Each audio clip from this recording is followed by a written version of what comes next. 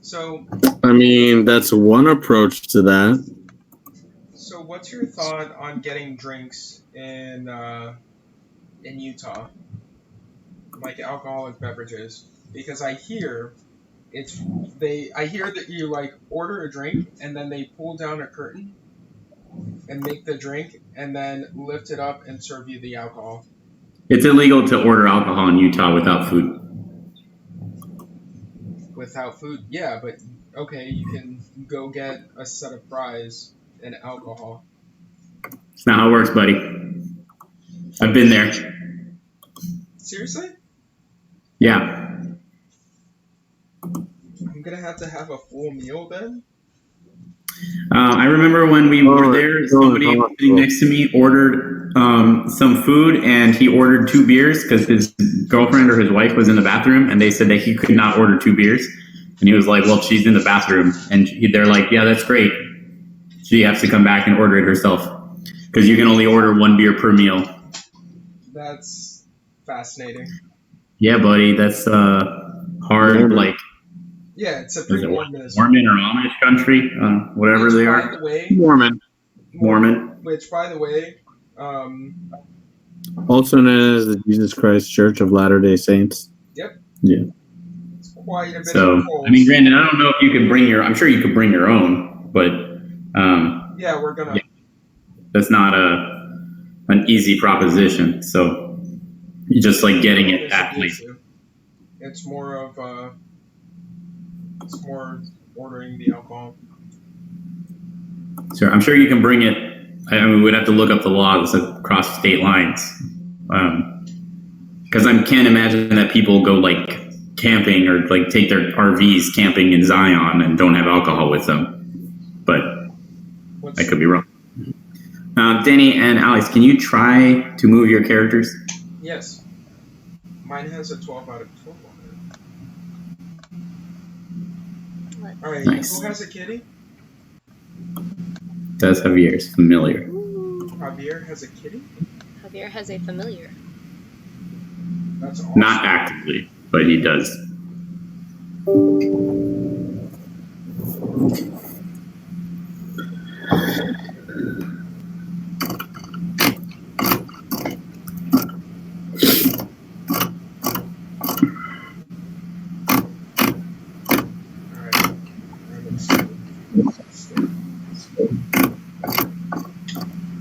Can I have the first?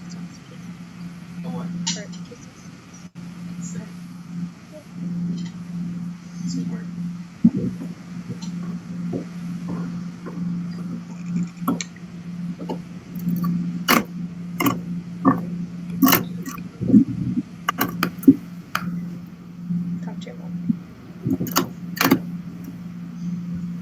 Yeah, Terrence.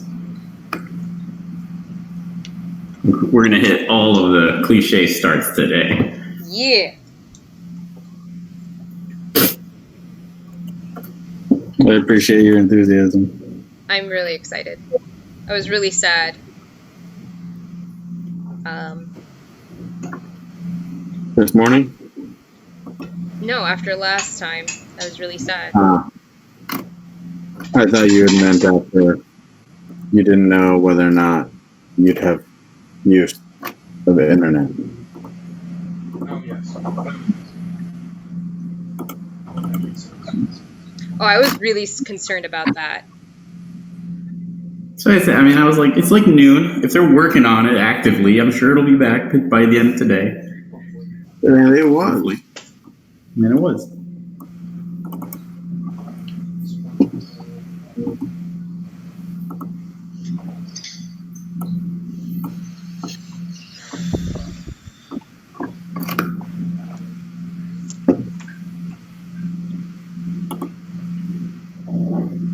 I'm a little nervous.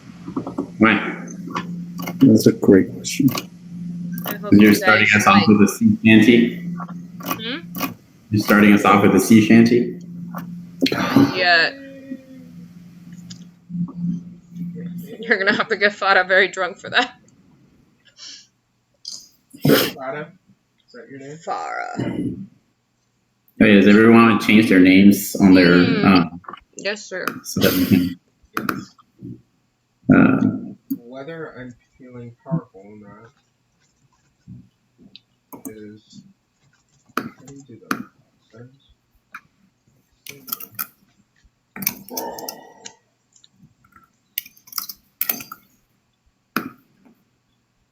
Save it.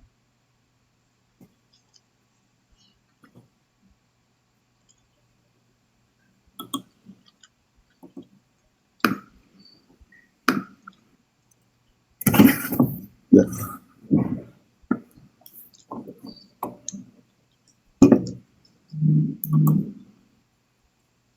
It's just me being a dweeb. live on Twitch.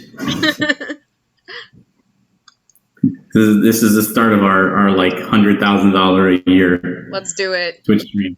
How awesome would that be, right? Not awesome. Yeah, Sure, I would sure. not quit your day jobs just quite yet, but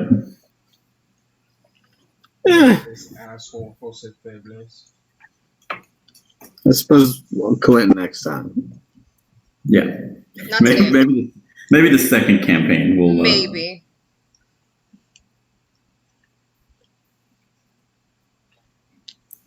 All right, you guys ready? Yeah. Mm-hmm. Cool, because you guys are gonna have to start everything. All right. Well, let's roll for initiative. Oh man. I'm kidding. Okay. Start.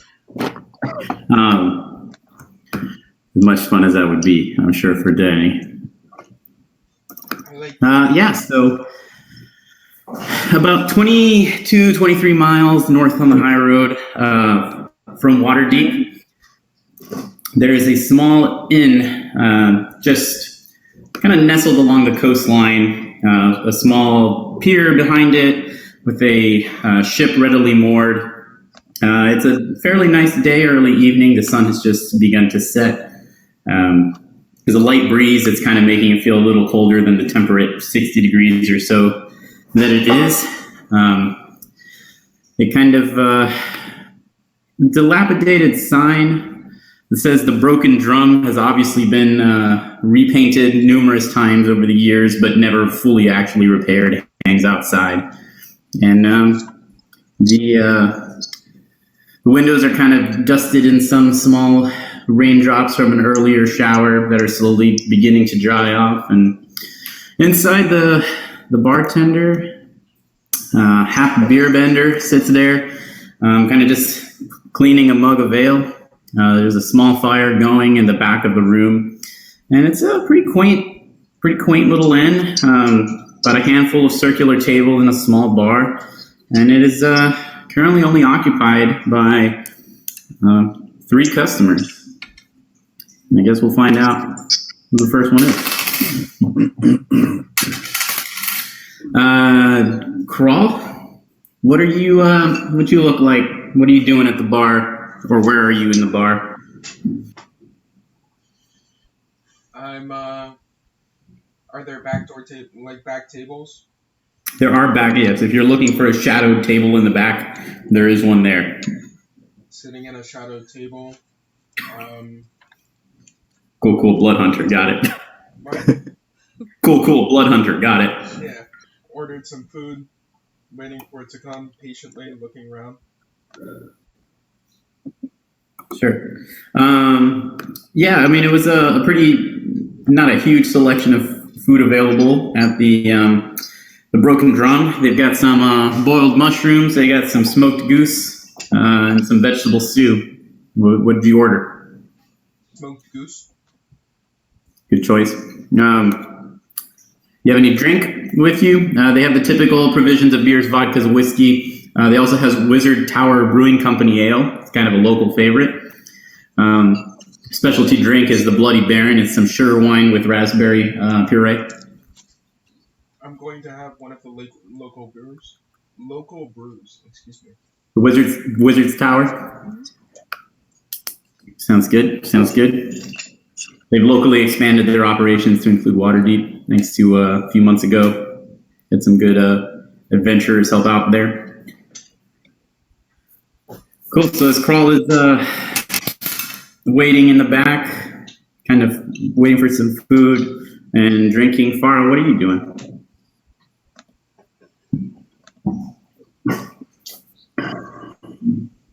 Who? Fara. Fara. Oh, sorry, I didn't hear Fara, you. yeah, sorry.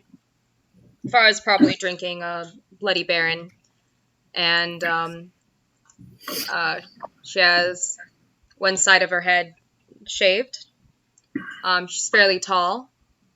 She's definitely in what would be more akin to pirate garb. She wears a wooden shield on her back that looks like it has vines crawling out of it in some weird way. And tattooed on the side of her head is an anchor that looks like it's piercing her skin. And she has a collection of shells, across her chest. And she's just sitting back and looks really pissed off. Where is she sitting in the bar? Is she at the actual bar or just one of the tables? She's probably at a table. In the shadowy other corner? No food. No, it doesn't have to be shadowy. Okay. We've got our edgy party this time around.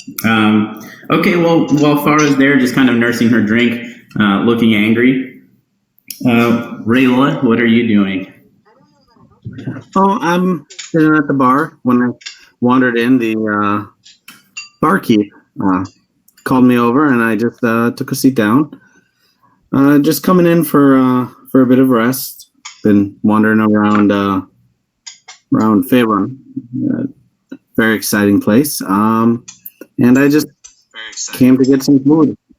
The vegetable stew is nice, but they keep trying to push this cocktail on me, and I'm trying to say no, but they make it sound very delicious. I don't know if I should have it. Well, it does have raspberry puree. If you're not quite a drinker yourself, this is Bearbender, the bartender. If you're not quite a drinker, it does go down smoother than some of our other drinks. I suppose I can give it a try. It's not that much, right? In terms of alcohol? Yes. I mean, individually, they're not particularly strong, not like a vodka or whiskey. It's just kind of wine mixed with some fruit, but they will sneak up on you if you keep downing them. They go down pretty quick, I might say. Those are our specialties. I suppose I could try one. That wouldn't be too bad. Sure. We can have that right out for you. Thank you ever so much. So, yeah. What is this guy's name?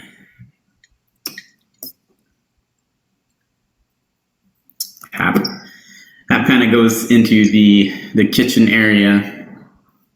And, a couple of minutes go by. He comes back out with some food, walks over to Krall. Here's your goose, sir. You need anything else while I'm here? No, sir. And thank you so much. How much do I owe you? Well, whenever you're done, let me know. I'll calculate your tab. Don't worry about it. Very much appreciated, sir. Thank you. Sure. And so Hap returns to the bar. From outside, you guys can kind of hear some people talking excitedly and kind of loudly and stuff. You hear it kind of getting progressively louder. Not any kind of screaming or horrified sounds. Just a couple of a group of people coming towards the inn. You see Hap kind of looks outside the window, and he walks out from behind the bar, opens the front gate or the front door, and you just hear some voices echo into the room, Hap, you old asshole, we're coming. And Hap kind of smiles and waves, and he's like, I'll start mixing some drinks for you, don't worry. And he goes behind the bar, and Like 20 seconds later, you see this group of 5 individuals kind of come stumbling in, obviously having already drank quite a bit. There's the first one through is a kind of a tall human male.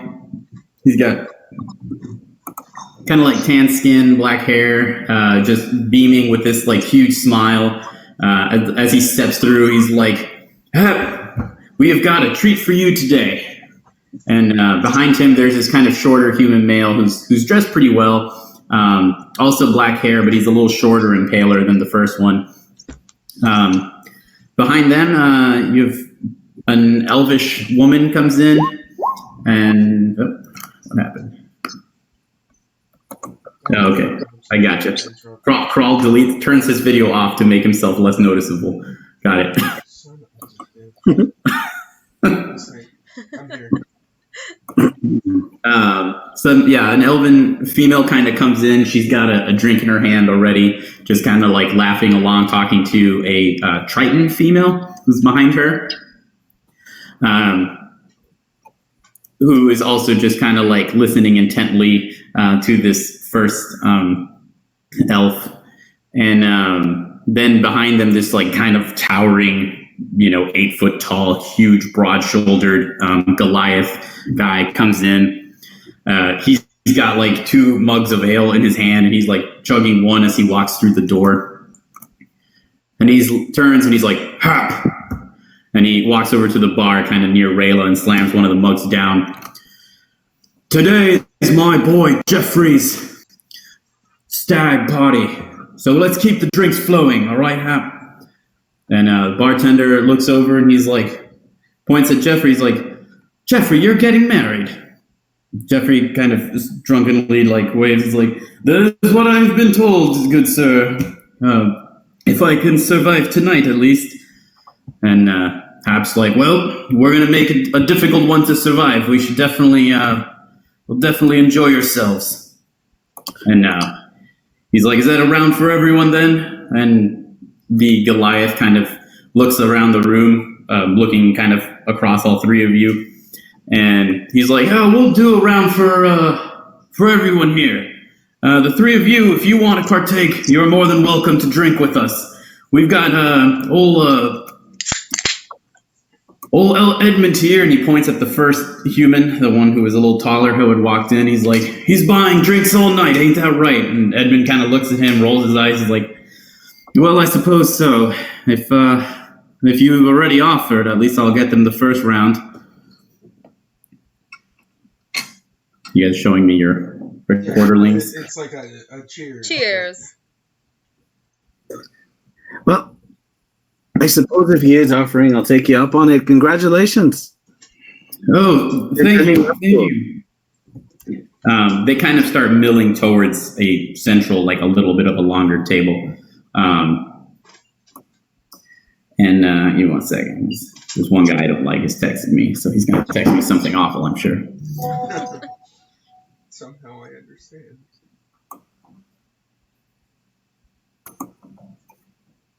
Yes, he say.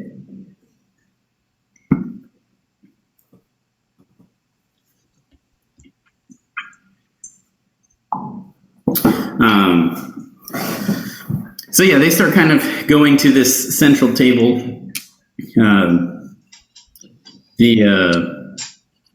The bartender bringing like just these pitchers of ale, and as he comes by and sets them down, Edmund looks up and he's just like, "Oh, Hap, we have ladies with us. Well, obviously, Gilmarie," he pointing at the elf female. He's like, "But a newcomer as well. What was your name again?" And the Triton smiles. She's like, "Kimnis was the name." And he's like, "Well, Kimnis, we found her at the Ragged Flagon just a few miles down, and she has been so kind as to walk with us the whole way here.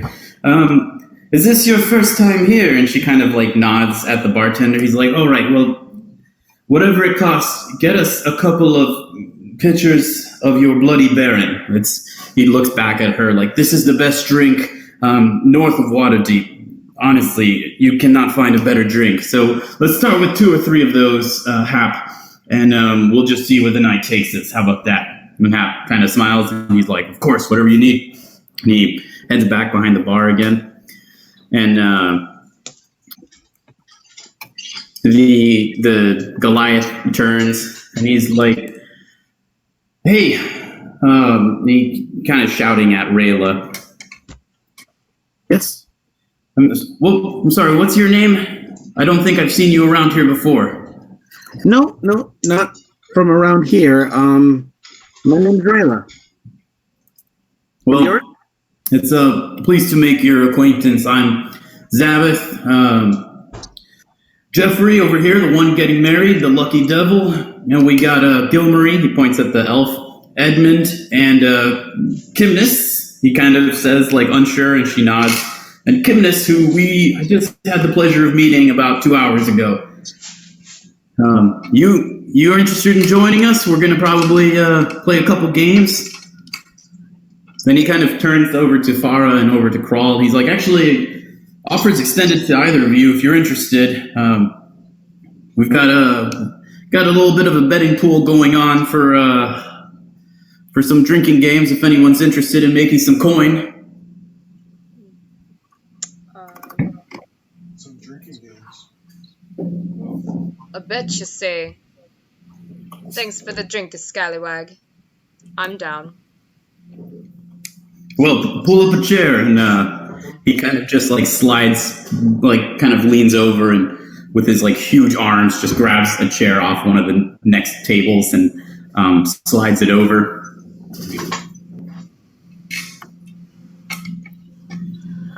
He's like, no, I'm sure, again, I've never seen any of you here before, but I'm presuming we've all heard about the game Drinking Shots, right?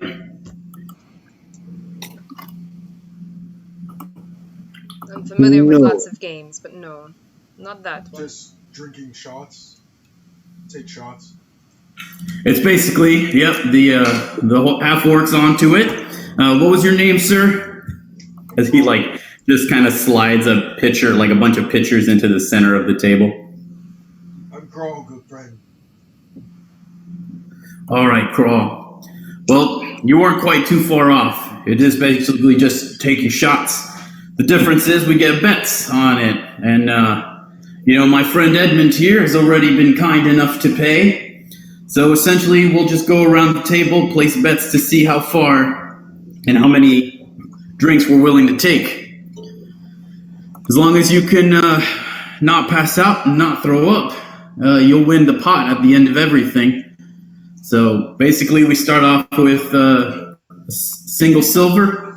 And the next bet goes to 2 silver, and the next bet goes to 3. And so long as you can keep downing the shots, last man standing takes the whole pot home. I got a call. 1 second. Sure. Hello?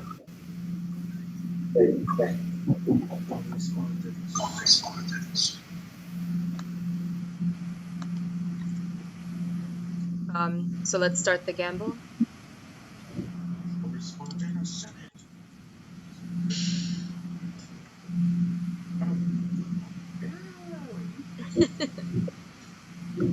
What does Krall look like? Oh, frozen. Grayish skin. Grayish skin. Brown eyes. Black hair tied up in a ponytail. The back. Shaved head on the sides. Wearing white armor.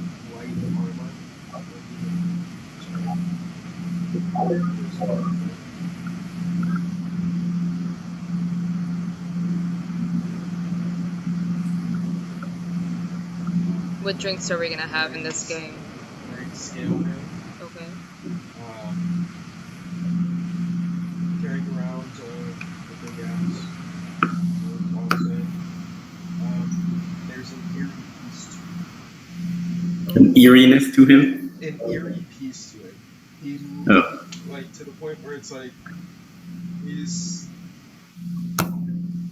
seen Luke Cage. He is very similar to Luke Cage.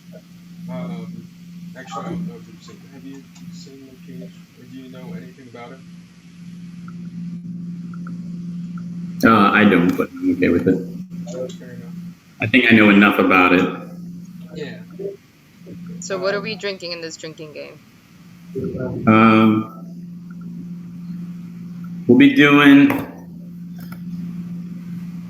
shots of Bloody Baron while we wait for Javier, but it's one that's you can get a pretty high bet going because of the fact that it's not super strong. It's not like doing tequila or vodka shots. You can probably drink 15, 20 shots of it without going horribly down. Obviously, 20 shots of straight vodka will probably kill you, but you could do 15, 20 shots of a mixed, somewhat strong alcohol without too much problem. Well, are we all going to go at once or take turns? Yeah, that's what we do. I'll explain the rules once Reyla's back if she's interested in playing as well. Or she's going to watch. So we just drink, and we don't vomit, don't pass out, take the pot.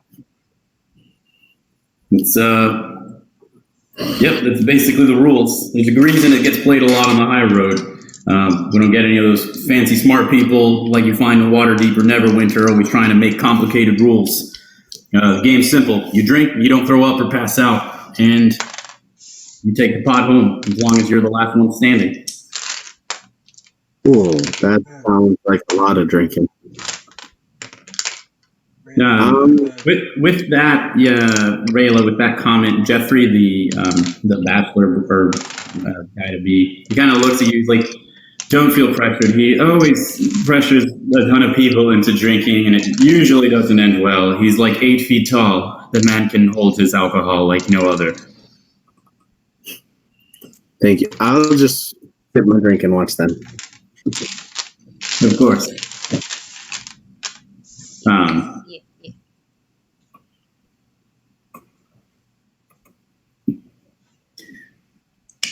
All right, so here are the rules to shots.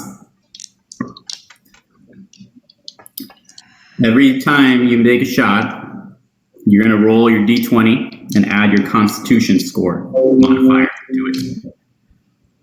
So if it's +1 or +2, that's what you roll. You can continue to bet as long as you want.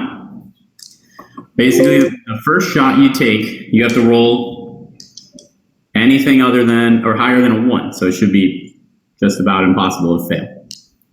The second one, you have to roll higher than a 2. The third one, you have to roll higher than a 3, and so on. And every time, you're basically adding an extra piece of silver. So, not super high stakes, but... And who is having so many computer errors? This guy. So many notes. Yeah, so basically by the end of it, by round 10, you've already put down an entire gold piece. And starts getting a little more interesting. Okay. All right, then. The Goliath guy, like, a bunch of, he's got his friend sitting next to him. What's her name? Kimness has decided that she is not going to play either. She's the Triton that has kind of recently joined them. And then one pen. But yeah, next to Zavith, you've got Joffrey, Gilmarie, Edmund. Joffrey is kind of sitting next to Reyla. He is also not playing. But Gilmarie, Edmund, and Zavith are... Here, what are you doing, brother? Buddy, I am getting so many notifications at once. Okay. That's the worst. I'm just like, God, your computer's like exploding right now. Alright, Let me get some extra D20s out here. All right, then. If you're in, then... And Zavith puts forward a silver to the center of the table. And if you're in, ante up. And Gil and Edmund put their silvers in the center of the table. Krall tosses one in. Far as well. All right. So you roll your d20s and add your cons.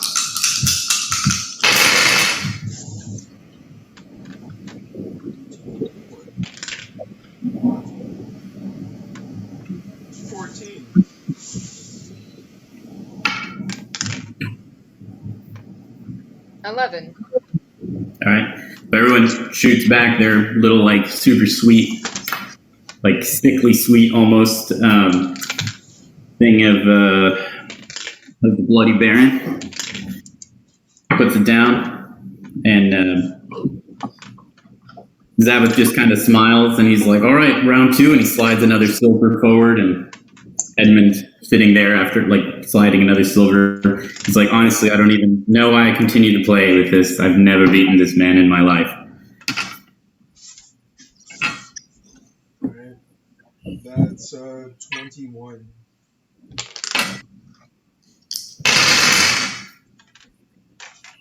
$23. It's like All right, everyone shoots their drink down.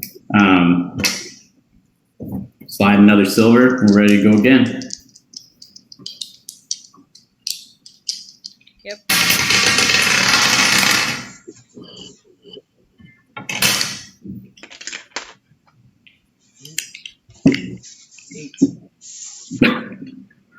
Dun, dun, dun. 7. Dun, dun, dun.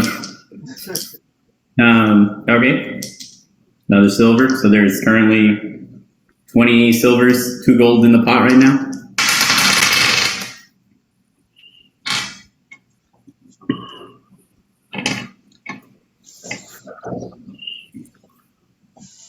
How many people are playing again? There's currently 5 playing. Reyla, Jeffrey, and Kimnith. Kimnith are not playing. Jeffrey kind of just seemingly shit-faced as it is already. There's no interest in literally just doing a million shots in a row. 19. 17. Okay. So that's the 5th round down. So it's 25 gold in the pot, or 25 silver in the pot, 2.5 gold. Jeffrey looks over at Reyla. He's like, so how are you doing? Oh, you know, it's very interesting just seeing them play their game.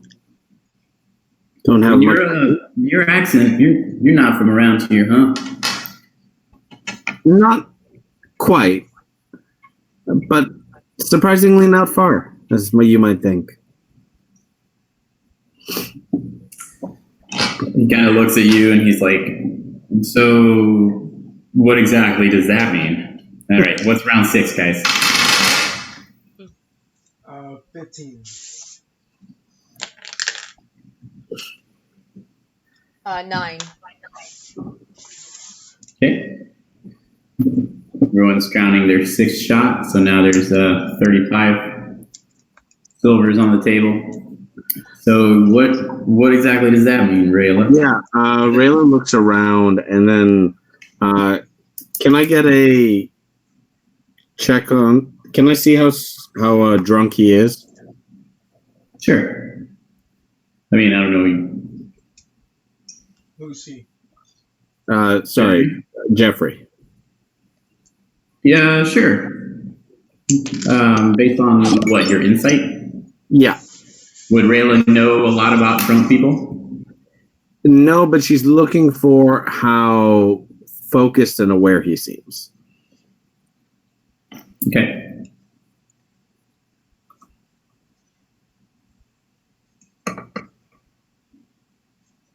That's a 17. Yeah, you can tell that he is like, he definitely has been drinking to some amount, but he probably isn't quite as drunk as he is like acting in the sense that he doesn't want to participate in a drinking game or anything else. But Oh, well, you know us elves, we move around from place to place sometimes. That's fair enough. I guess I can't, other than Gilmarie here, I don't really know too many elves. I don't get a lot of them where we live, so... And where's that? Oh, just a few miles north of Waterdeep, just kind of a small hamlet over there. We kind of do the rounds of the different inns along the high road from time to time just to mix things up, because, farming is not exactly the most exciting activity.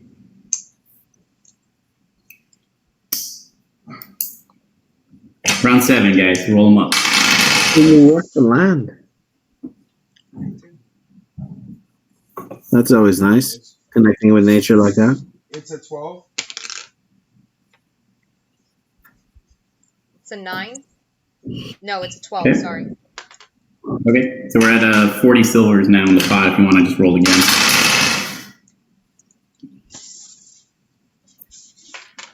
It is, it's pretty nice, and it's good to have.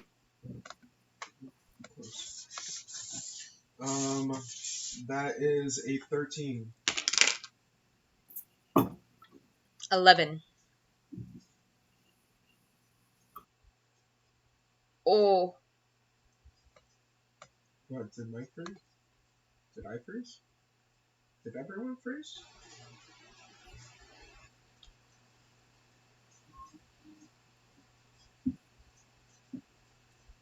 Oh no, we lost our DM. Yep. His power went out. Oh. Cross-continental. This is what happens. I rolled an 11. We were around 7, right? Of our drinking. Yes, you were on round 7 last. So, Reyla, may I know your appearance? May I know Yes. your appearance? Yes, medium height elf, fairly somewhat pale skin, white silvery hair, tattoo on left arm. Is it exposed? Partially. Not much can be made out, I suppose, except for a couple lines. It's script then.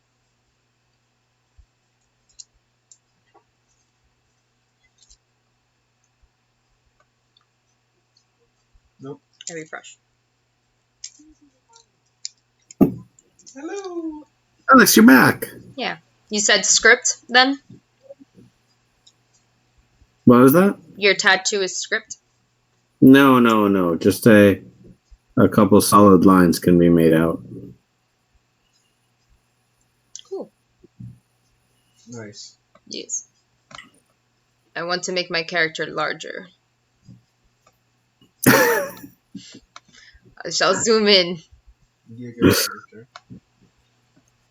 You have an owl and a kitty?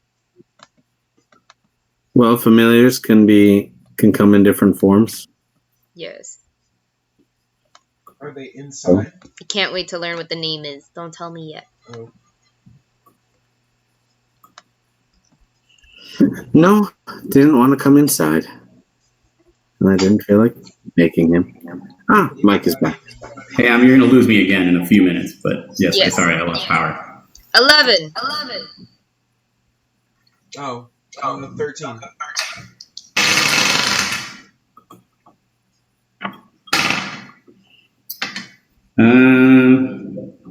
Oh, that's 9. Never mind. Not a 6. Okay. What were you saying? I'm sorry, Reyla, before I lost you. Yeah, you were actually saying something about in response to your comment about working the land. Yeah, let me refresh because I lost Fara, but I will tell you. I get that.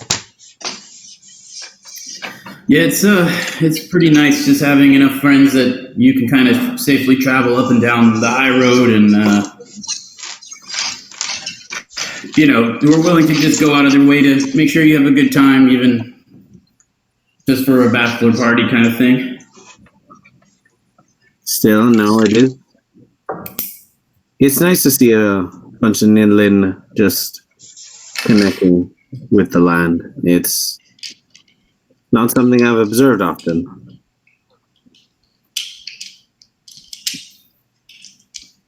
He kind of gives you like a strange look, like he is not 100% sure what you're talking about, but he kind of just nods, and he's just like, fair enough. And all right, let's roll round 10. Round 10. Yeah. I thought we were on 9. Well, we just finished 9, I believe. Oh no. Or maybe no. I don't know. We skipped a round. You missed it. They were all just so excited to keep drinking that they like shot past you and didn't even realize it. Reyla was about halfway through her drink, very much enjoying it. I'm at 21. I'm at 10.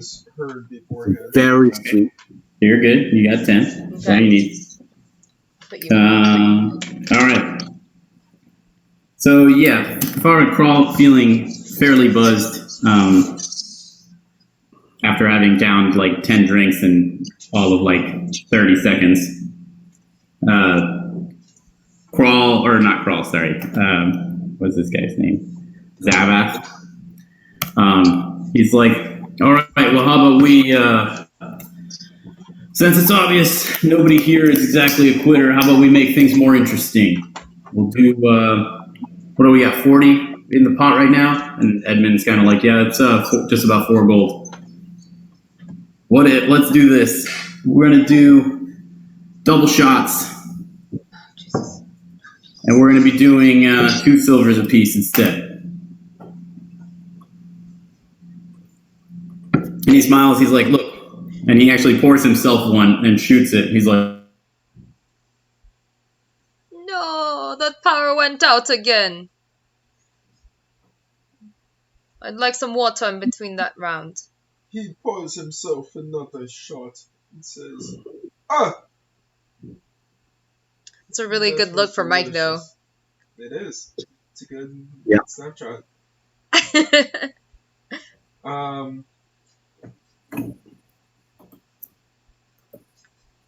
Reyla, what do you look like? I guess what...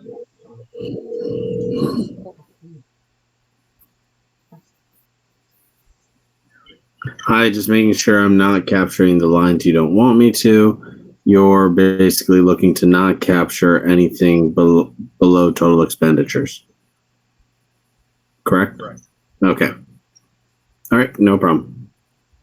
Bye. Come on, Reyla. Let's quit our day jobs. That's not how this works. Well, it's not how it works. Yeah, I guess he did, technically. She said not to quit our day jobs. Oh. But I said that's not how this works. You can't just turn away and run. I think at this point... Was that true? Reyla, what color is your hair? How tall are you? Are you husky? Are you thin? Fairly little build, I'd say. About 5'8", 5'9". White hair. Silver white hair. The tiny one. Did we skip to round 14? No. Okay. It's still round 11, but...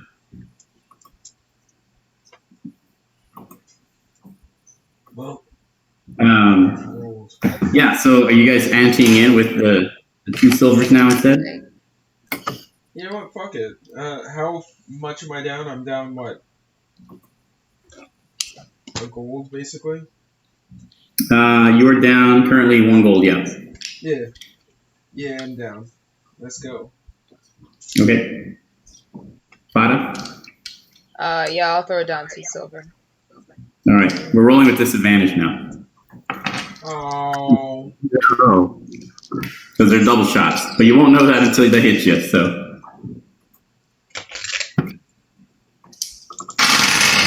What are we? This is round 11. But right. But 12 shots. So it's 12. Yeah. You need a 12 to pass. Yeah, no, I hit a 12. 19. That's why.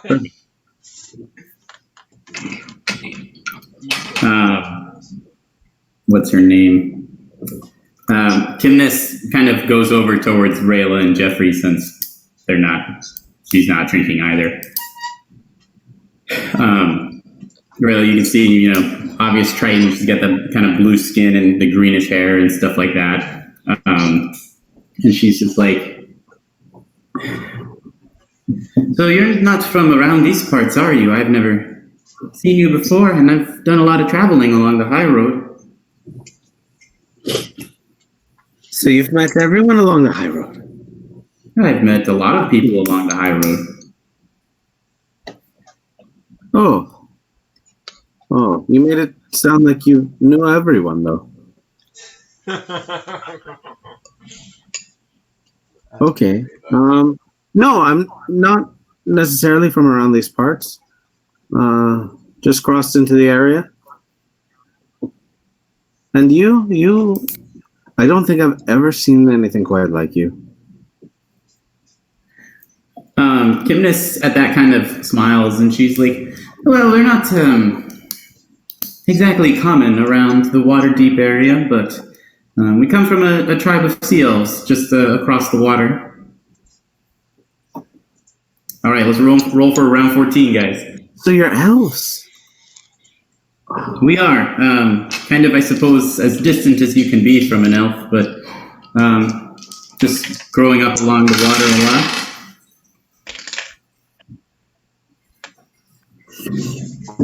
So 17 at my next one.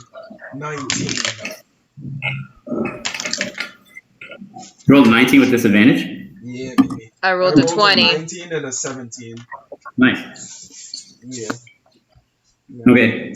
At that, you see Gillian, or Gilmarie is like, she kind of puts her hands on the table and she closes her eyes, like, takes like a deep breath in, and then she's like, don't vomit, don't vomit, don't vomit, don't vomit. Oh! Yeah, just like, oh, I don't want to vomit. And then she kind of looks at Zavith, and she's like, I hate you so much. One day I am going to beat you at this, but it is not today. And she just kind of stands up and just sees herself to the bathroom. Edmund kind of looks at her and looks back at Zavith, and he looks at the pot and he's just like, this is not worth what's going to happen to me tomorrow, so I am out as well. He kind of just like goes to the bar and just kind of like sits like this and asks Hat for a water. Around what time is it? Oh. I mean, yeah, it was sunset when they kind of arrived here, so it's still like 6:30 on Earth time. Krall looks at the remaining members. He goes, blah, blah, blah. No one's beating me. Oh, I was like, are you barfing on that? So Kimness looking at Reyla's like 3/4 gone drink. Would you like me to buy you another one? I know they're pretty good. I think they're kind of probably honestly one of the best house specialties you'll find around here. I don't know if I should. I feel like I've had a lot. Well, how many have you had? Sitting here by yourself at the bar, you drank that much? Lifts up just the one glass. I've had about this much. Oh, come on. You can at least, it's a party. You can at least have one more on us. And then if you're not feeling well, that's the last one. All right, if you're being so polite about it. It'd be rude to say no. And she's like, perfect, and I'll have myself one as well. Hap! And Hap looks up. He's like, kind of like, just tending to Edmund, like giving him a water and just some like small bits of ice wrapped up on a towel to put on his head. She's like, let's do 2 Bloody Barons, please, for myself and Reyla, was it? Yes, Reyla. That'd freeze for you guys. Oh, there he is. Yes, Reyla. And for our new friend Reyla. And he goes, of course, and makes some drinks. A minute or two later, has them out to both of you. She looks at you and she's like, considering that I only joined them about 2 hours ago, and now it appears you're joining us too, let's say cheers to new friends. And she holds her drink out towards you. Yes, to new friends. Very excited and eager. She clinks her drink off you and takes like a big swig of it. All right, guys, this will be now round 13, so 16 points for Con.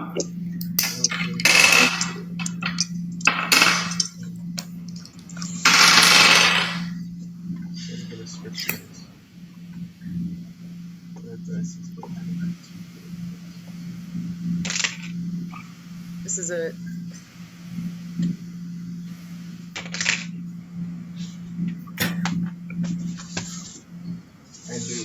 Zavith is sitting pretty at a 20, so.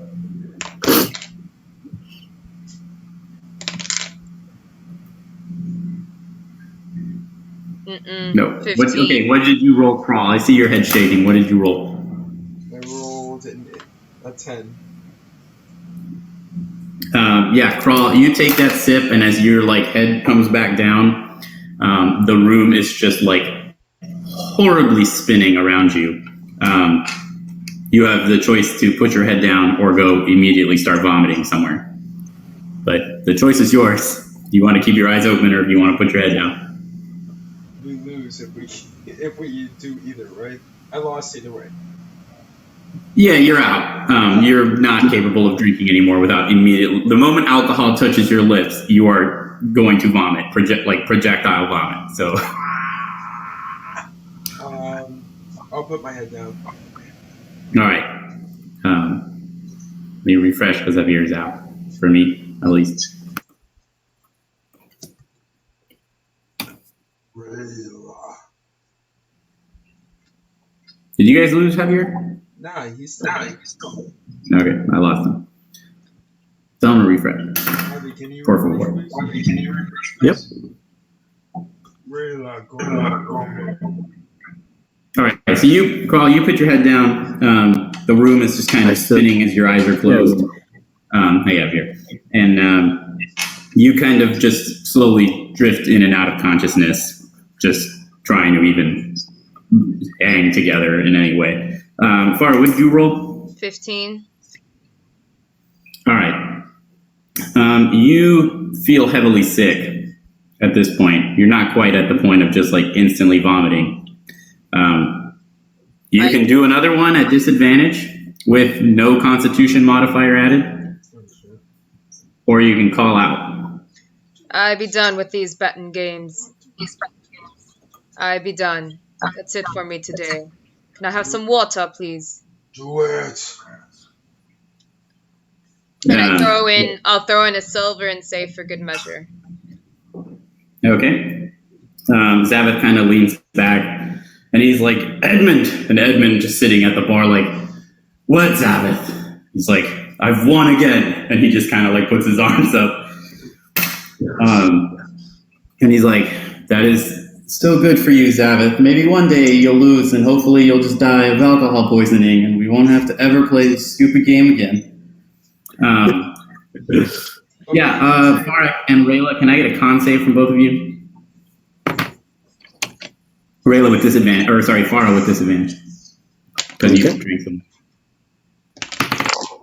Cool. That's a 10. That's a 10 for me too. That was a 10 for you, Reyla? Yep. All right, Krall, you're already kind of in and out of consciousness just from straight up alcohol poison. Reyla, Fara, As you guys kind of standing there continuing to drink, the poison has taken its substantial toll, especially on Fara, as you have been drinking a substantial amount of it. Reyla, between the new alcohol exposure and the poison, you've also slowly lose consciousness as the people were talking to you. And yeah, everyone is unconscious. Womp, womp. I made my bedtime. You did make your bedtime. Yep, it's only 7 o'clock. You are out before 8. All right. So let's see. I guess don't really remember much. Piecing together various like images of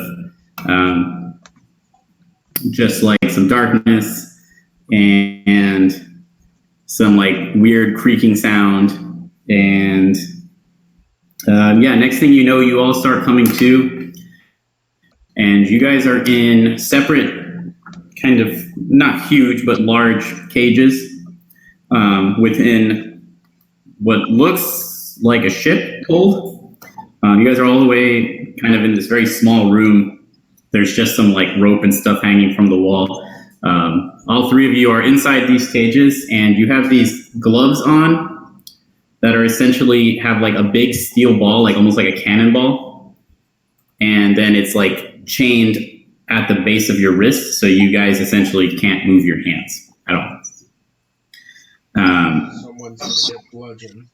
So, I mean, you can move your arms and stuff like that, but yeah, your hands, all your fingers are placed like this entirely. You cannot move your fingers. Are they combined?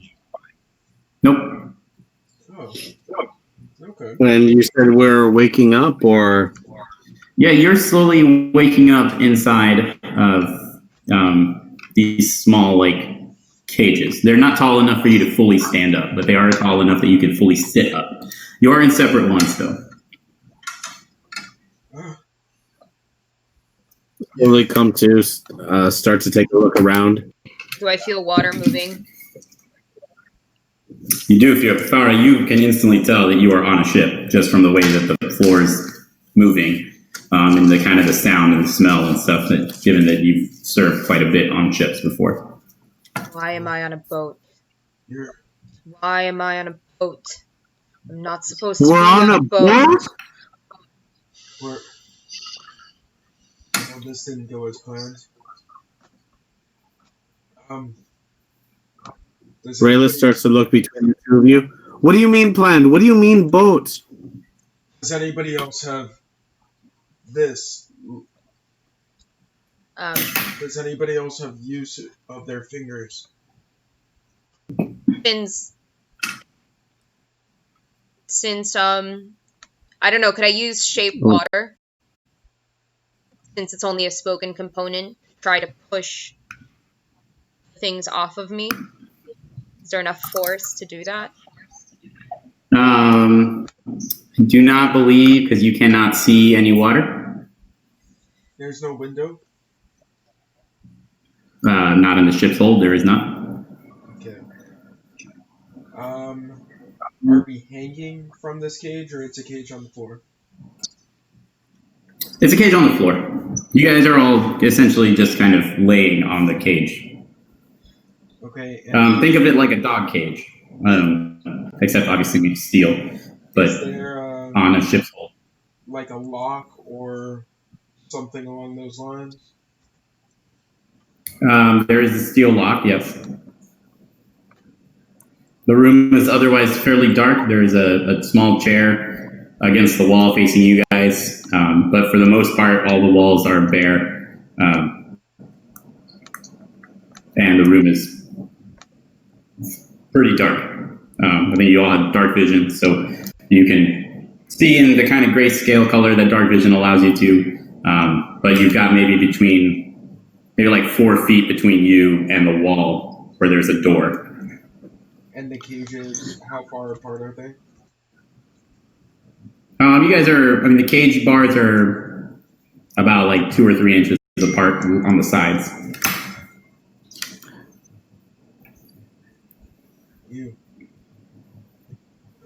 but they're not quite big enough for you to actually put your hands through, especially with the weird metallic ball thing that you guys have on your hand. Can I try using my hands and just hitting the bar?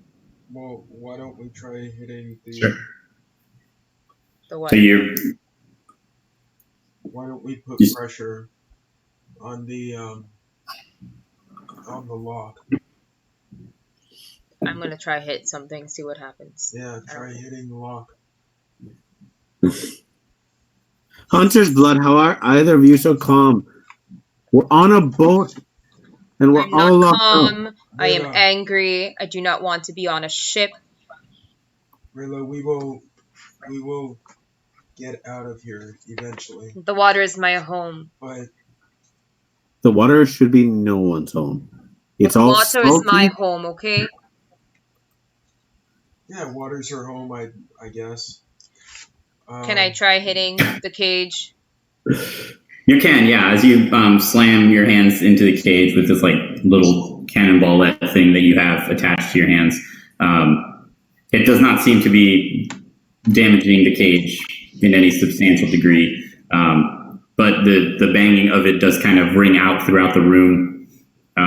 As you continue hitting, you do hear a voice call back like, "Calm down, I'm coming." And some man you don't recognize, the human male, kind of burly looking, opens the door and he sees this. He's like, "Oh, so you're finally awake, huh?" And he's like, turns back and he's like, "Jeffrey, call the captain, please. Let him know that the prisoners are awake. And if he wants me to do anything with them," you just kind of hear Jeffrey like, "Sure, come." And then the guy kind of just looks at the three of you and he's just like, "Well, the lucky lot of you three. I've been sleeping for the past 8 days. We're starting to think you might be dead. Honestly, I was getting kind of jealous that I had to be working on the ship while you guys got to sleep in the hold all day." And that he kind of just steps out of the room and just slams the door behind him. You hear the door lock as he does so. And yeah.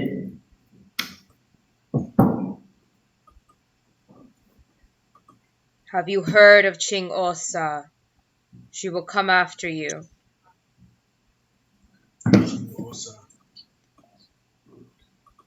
I have no clue who Ching Osa is. I'm not talking to you, you fool.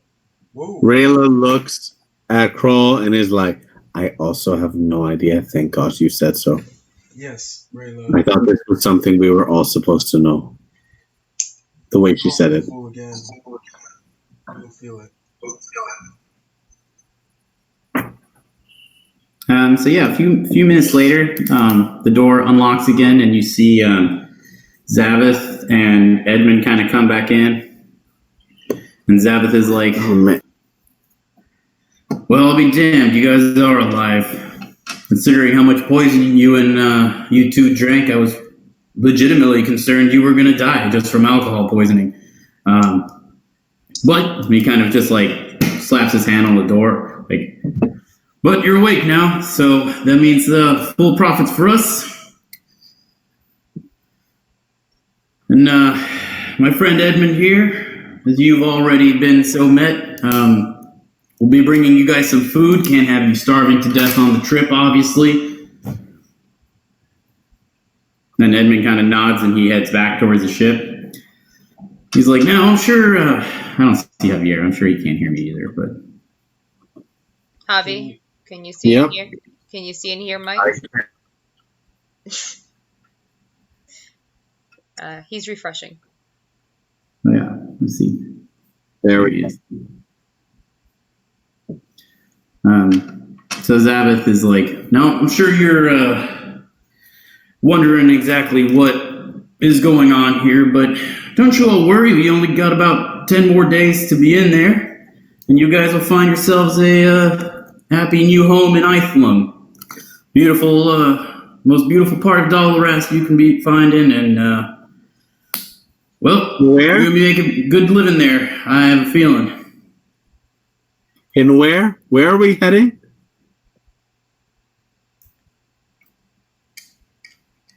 Damn. Can you hear me? No? I can now.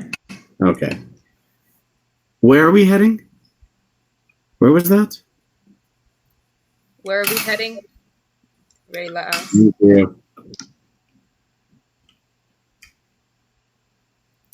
We're headed to Eithlum. It's going to be your new home away from home for the rest of your lives.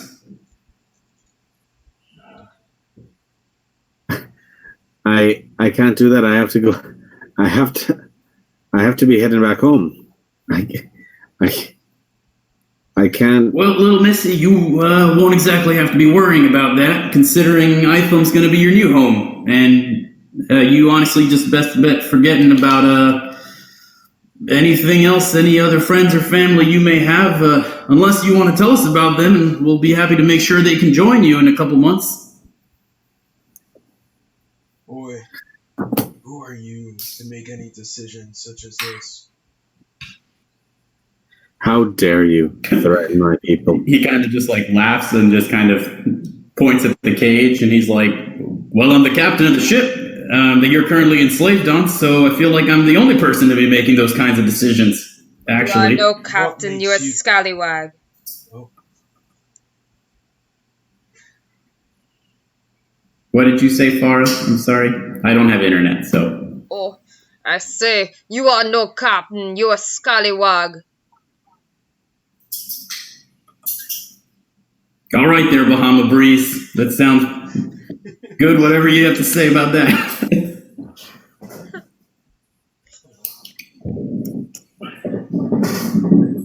At that, Edmund kind of comes back. I lost Javier again. Oh, I've lost Mike again. He's refreshing. There we go. I'm just presuming we're not going to be able to play today, but that's fine.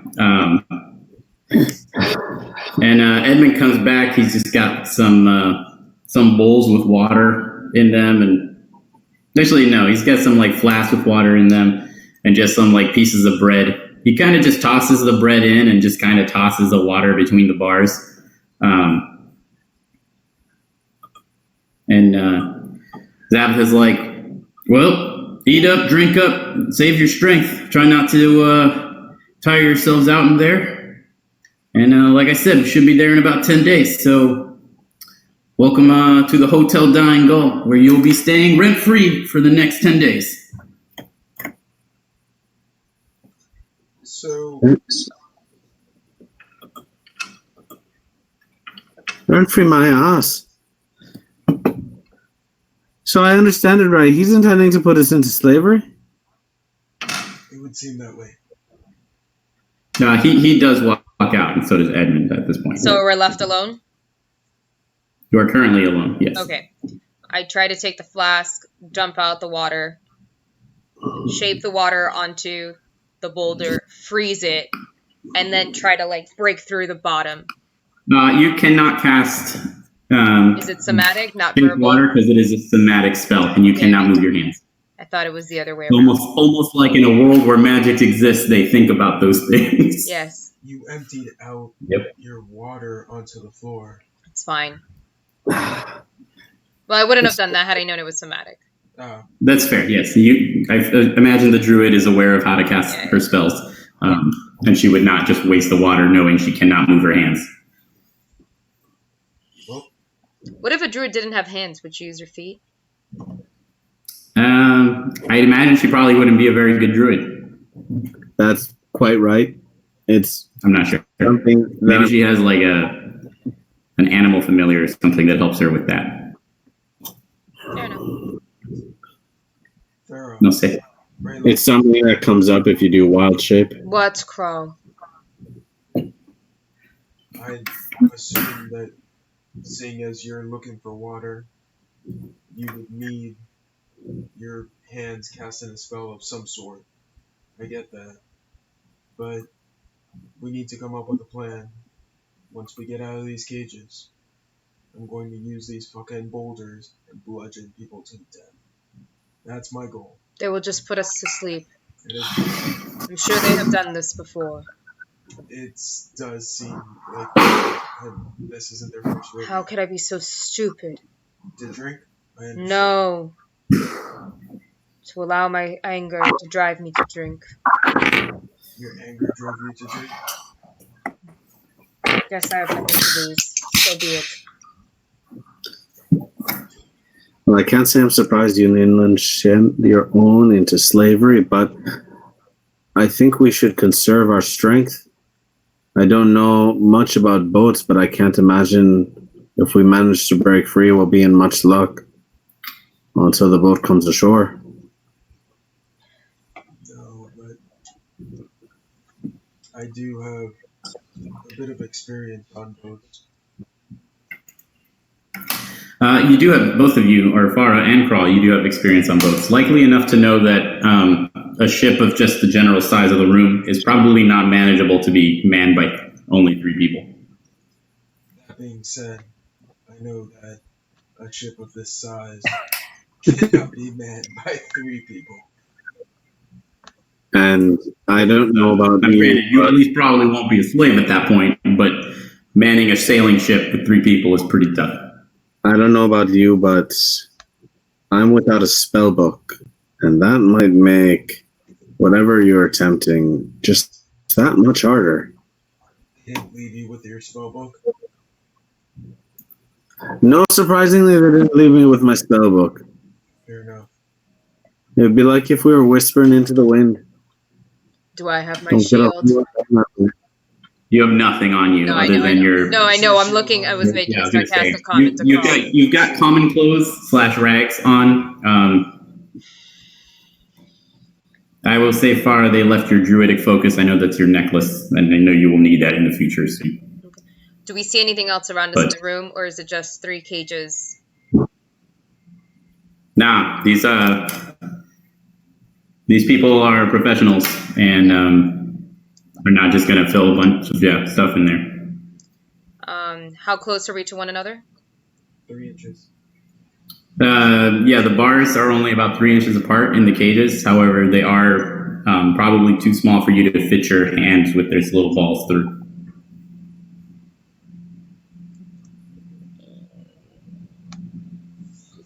Let me make a phone call while you guys strategize. Strategize, man. Pointlessly, as all of my things are somatic. Things to know for next time. Try to get voice-only spells. Well,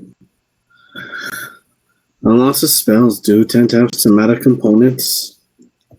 This is true. I'm not even used to using them. It's so rare that I get the chance. In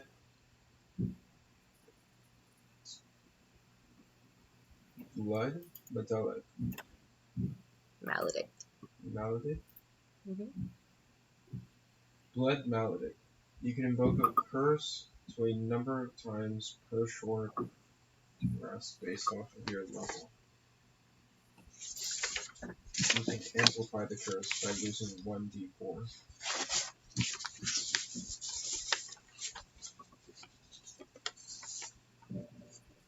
What does the curse do? Maybe you can help me with this. Reyla. What do you need help with?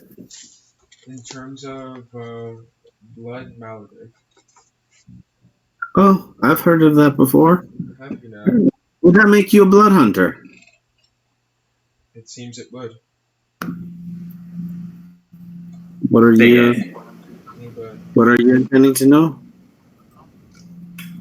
Just in terms of blood maledict, I'm not like it says you can create a curse. Your vital essence.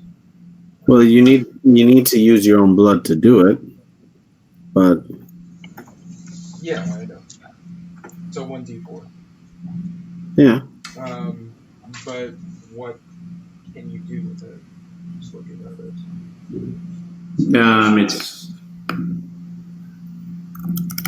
Are you talking about your Bloodhunter abilities? Mm-hmm. Yeah, I can manipulate creatures through Hero-Craft. Magic.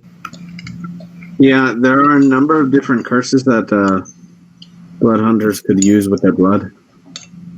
It depends on what blood malediction you've used. Is there anything you're particular Or selection. Yes.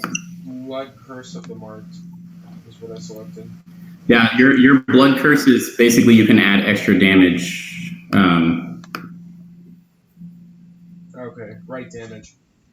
When you do attack, yeah. Okay, but we can't technically attack. Fair enough. Well, I suppose. I mean, I guess you can, No, but yeah, not through the bars. I don't know much about Bloodhunters, but if you were to use your blood at the same time that you were striking down on your manacles, maybe against a hard surface, should they not be able to help you work that? You can cut yourself with your teeth or your tongue. It's true. I can cut myself with my tongue. Are any of us close enough to cut him open and get his blood? He can do it himself. No, I mean, he can probably bite himself and stuff. He does have free range of his mouth. And use it, I guess, on the manacles. Alright, I'm gonna bite myself. So that you do extra damage with the manacles? Yeah, extra damage to the cage, but it's steel, and it's steel. But the damage is to creatures. Here we are, friend. Because it says if the target does not have blood, it is unaffected by your hematocritic. This is true. Okay. Well, that's a shame. It is a shame, Reyla. I mean, you can still bite yourself if you want. I would just say you would probably know that as a blood hunter that you need blood to invoke blood curses. Fair point. So would that plan not work then? That plan would not work. So, I'm gathering. Alternatively, you guys can just wallow for like 3 to 4 days if you want. So I'm gathering from Reyla she's well on board with the wallowing, sitting and waiting. Well, I don't think Reyla's on board with that. I am not very much on board with having been captured to be sold as chattel, but I can tell you that I don't know how to do anything on a ship. So, if whatever plan we so happen to have involves needing to maneuver this beast, I might not find myself to be much of use. Perhaps we could prepare a plan for when we finally make landfall. No idea what Javier's saying, if he's saying anything at all. He is. He's saying quite a bit. He's saying let's make a plan for landfall. For the future, rather than sit here and scratch your ass, basically.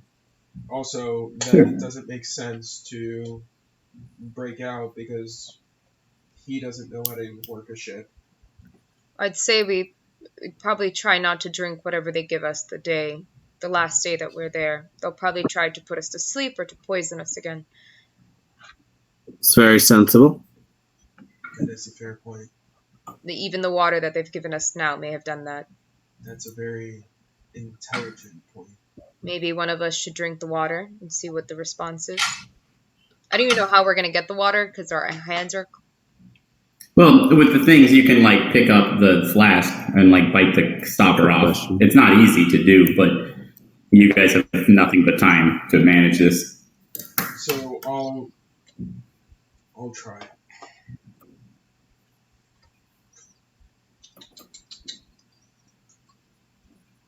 Tastes like water. It does taste like water. Great. Waiting a few minutes, you feel no ill effects from the water. How about the bread crawl? So paranoid. You guys are acting like these slavers are monsters or something. They're only slavers. Yeah.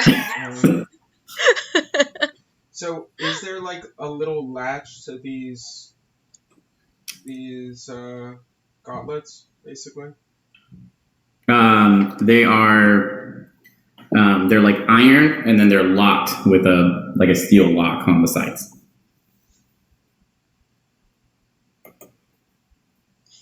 Can you do this?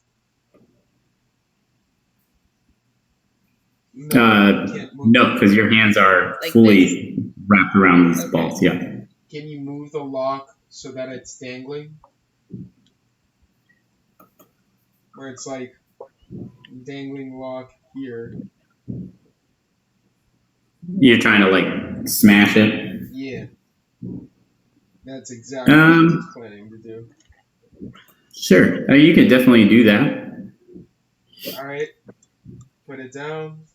I am left-handed, and that is my dominant hand. So I'm going to lay it down on the ground, try to separate it as far from my fucking wrist as possible, and just tap it a little. Like Okay. bing, bing, bing, bing, bing, bing. Anything happening? Yeah, I mean, you're smashing the lock with a steel ball, so it doesn't break, but it is chipping away as it's a steel lock, and you're hitting it with a steel ball of greater mass. You also make a shit ton of noise, and after hitting it 3 or 4 times, you guys do see Gilmarie comes in, and you hear the door unlock, and she sees you doing this, and she just kind of sighs, and she's like, I don't really understand why people always try and break out of those. You must expect that we're literally sitting outside, right? And she just kind of sits down in the chair that's in front of you guys. We saw the empty chair. I'm sorry. We saw the empty chair. No. Reyla was going on and on about how terrible this might be.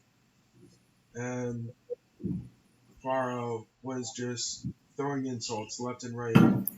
I was hoping, at the very least, I could speak to somebody outside of these two.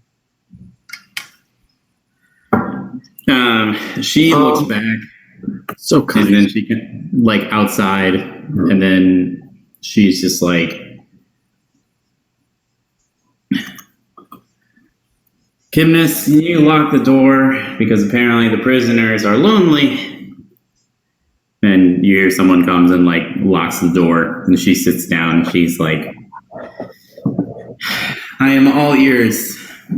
What would you like to talk about? Thank you for sitting with us. Now, it seems as though you guys are professionals. We've done this a time or two. I can tell. Have you ever heard of a ship that I used to work on? It's called the Dancing Delight.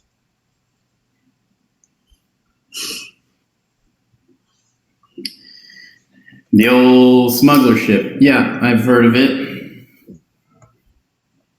So we used to collect quite a bit of coin there. Now, I bet you that if you sell us to that crew, rather than whoever's just waiting out on the shores, that you can get a prettier penny from the Dancing Delight and their crew members. Roll for charisma.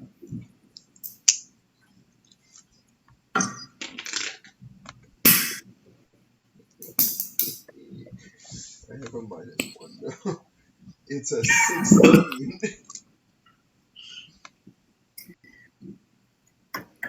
You know, I think your advice is very cute, but obviously, as you mentioned, we are professionals and we are acutely aware of all of the anti-slavery laws along Faerun, and even the pirates of the Dancing Delight wouldn't be stupid enough to actually purchase slaves. Unfortunately for you, slavery in Dolerast is going out of style, which means that anyone willing to purchase a slave is willing to do it for probably like triple the price of the last group we sold. people talking about, humanoid rights and stuff like that, and getting all the rich people over in Eichelon a little worried that they may not be able to buy and sell bodies in the near future. So there'll be some of our last groups most likely, but, selling you for 20, 30 platinum apiece, maybe 50 for the wizard here, says, pointing at Reyla. It's not too bad once you divide it amongst the crew. Well, it's good to know I'm valued. That you are, Reyla. That you are. Well, magic goes a long way in manual labor. Makes things a lot more, I guess, easy. Kind of an exotic thing for some people as well.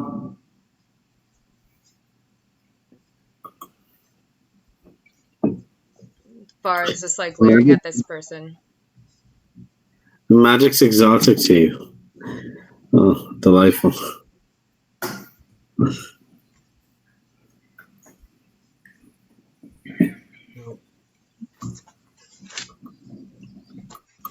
there anything else, or if you find magic so delightful, if you bring me my book, I can show you a number of interesting little tricks.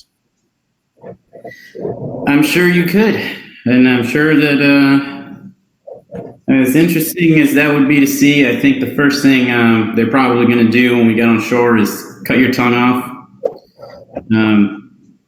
Just as fair warning, right? We prefer selling our stock wholesale. We try not to modify you all too much on the journey over, but I would recommend just kind of coming to terms with the fact that you're probably not casting magic anymore. Why would they pay more? Oh, because they're usually smart. Well, the wizards, at least. We saw the spell book, so we assume she's smart, not like one of those who just kind of... You would take away my magic. Gets born into it. You would do that to a creature. See, the sorcerers and warlocks people aren't very interested in, because, the sorcerers are kind of an innate power, and you make slave of a warlock, then you got, some weird, crazy monster problem to deal with after a couple of years. The wizards are easy enough to subdue. You just kind of take them from their spell book. If they get real haughty, you cut their tongue off, but they're generally actually pretty smart individuals. As for the other two of you, kind of looking at Krall and Fara, you seem athletic enough. I'm sure you guys can carry things. So, all sorts of work needs doing in Eiflin. What's so great? Man, I cannot keep Javier for more than a second. Oh, it doesn't sound like much. It doesn't sound like a very great place.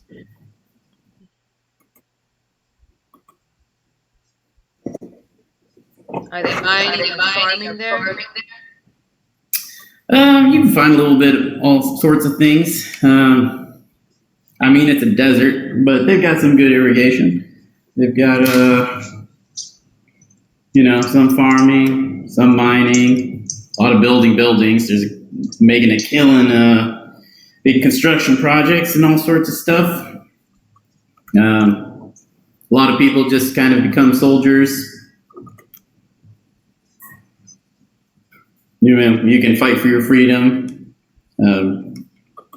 All sorts of stuff. You're not technically slaves over there, because that's kind of a taboo thing for Eichelon, but, indentured servants has a nicer ring to it. And you garner pleasure of this. I garner money from it. I don't really give a shit about the slaves, to be honest with you. Money, I could have gotten you money. Yeah, I'm just in it for the money. I'll be 100% honest. It's pretty damn good. Well, then take me to Chingosa, and then we will deal with it. I have no idea who that is, and I also am not the captain here, so sadly for you, got to do what Zabeth says. The way that it sounds from Fara, it's more sadly for you. I was raised on the ocean. This is not the way that you should handle people. Even as a pirate, I know better. There's rules to live by. I suppose as a pirate there probably are. Fortunately for you, you're on a boat full of slavers, so we do have our own laws as well. Unfortunately, they do not benefit the three of you at this current time.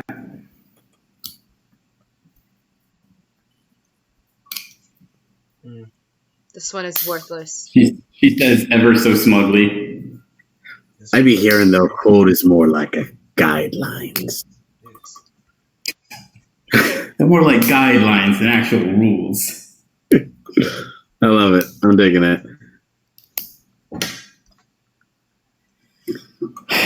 Well, I'm kind of tired of this conversation.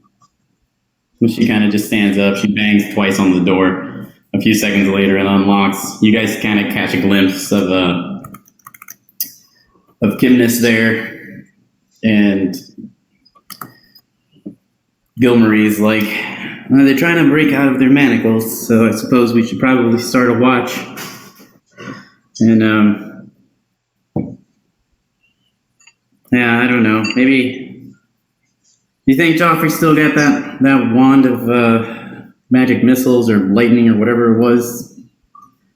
And Kimness is like, yeah, I mean, I'm sure it kind of worked pretty well last time. Just shooting them with electricity for a quick bit seemed to deter people. It's like, yeah, we'll talk to Zaveth and make sure we maybe can have that down here. Just, I don't know.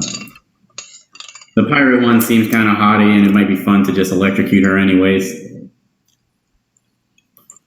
So anyways, they kind of step out, door closes, locks again. Over time, essentially, they do just stand a guard. You guys see 7 different people standing watch over the course of, basically stand 2-3 hour watches.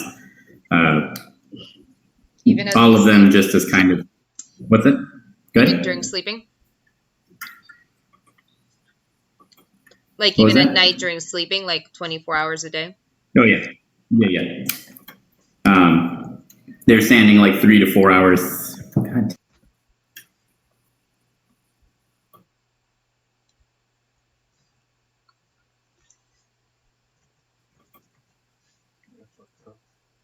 Why?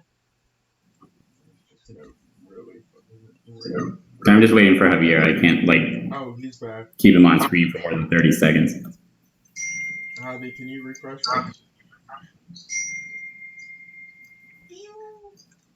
Can you guys see each other? Yep. Nice.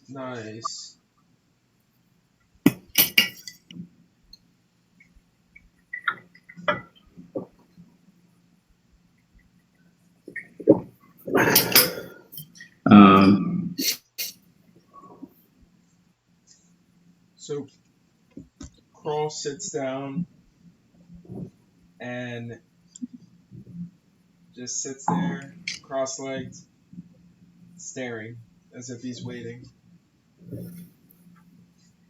Okay. Yeah, so Javier, I don't know how much you caught, but basically over the next couple of days, they are standing a watch every 3-4 hours. It shifts. You guys see about 8 to 9 different people standing watch. They bring you food and water the same way. They kind of just like drop it in through the cage, never actually touching the cage in any way. So probably about since your initial wake up, 3 or 4 days have passed at this point. And then, it's one evening. You guys can just kind of tell from some of the light that comes through the floorboards above. Kimness is sitting down there. The weather is not super great. You can hear, the crashing of waves pretty strongly and stuff, as well as some rain on the outside. And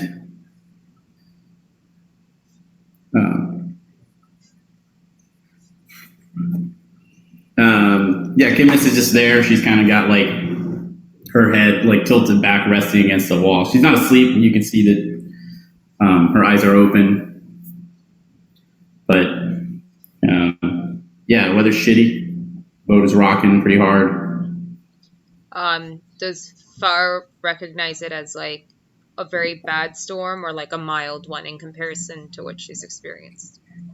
It's not the worst storm you've experienced, no. Okay. It's bad, but it's not like concerningly What was bad. the answer to that? It's bad, but it's not concerningly bad. Yeah, like it's not fun to be in. Okay. In the sense that you're probably in like, 8-foot seas. It's windy. It's raining. Like it's shitty conditions, especially sitting in an iron cage. And obviously in a storm, it's not fun to be in. Is the chair rocking a lot that Kitness is sitting in? Like, is she having a hard time? No, it's not rocking. Okay. It's a 4-legged chair. She's leaning against, she's pushed up against the wall. So, and they are in following seas. So the boat is rocking like this rather than side to side. Okay. So the waves are coming from behind the ship, pushing it forward. So it kind of, yeah. Got it. You can tell, Fara, actually, that whoever is manning the ship is actually a fairly competent sailor in the sense that having that much control and maintaining the following seas in that kind of rough condition is the best way to sail. Okay. Hold on. This is quite a captain. Pretty happy that we waited to break out. Say that one more time, I'm sorry? It's a pretty good captain. I'm happy that we waited to break out. Whoa. Gymnast kind of like looks down. Well, you'd have old Jeffrey to thank for that. He's probably one of the best helmsmen you can find west of, Faerun and Neverwinter. How did you meet Jeffrey and this crew?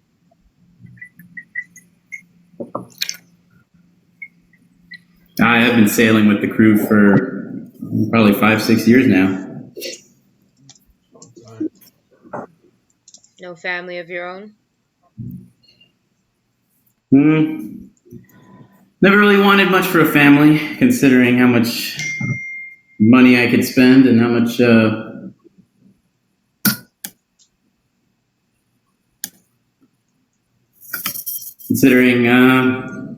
how much I can make doing this. Maybe in a few years I'll retire, get myself a little retirement fund going and trade all this behind, but I've heard Gilmarie mentioning that you keep talking about how you were the sea is your home. She's kind of like, I'm a sea elf, naturally drawn to it. It's kind of hard to stay away. So I understand the feeling. Well, I'll be in the desert now. Or so I've I'm sure you'll feel the calling even more then. Yeah. It'll be a day. It makes you feel any better. The dunes sometimes at night kind of look like the ocean. It doesn't. She kind of smiles. Well, if you want to be negative about it. Let's trade places. Let's see how you feel. No, I'm all right. Exactly. You insist on talking to this scum, and I can't understand it. Might as well get to know them. These are the last people we'll probably ever speak to or be able to speak to. Krall lays down his wrist again, takes the steel ball, and slams it on the lock one more time. Okay. She shoots you with magic missile from the wand for 5 damage. Did anything happen to the lock?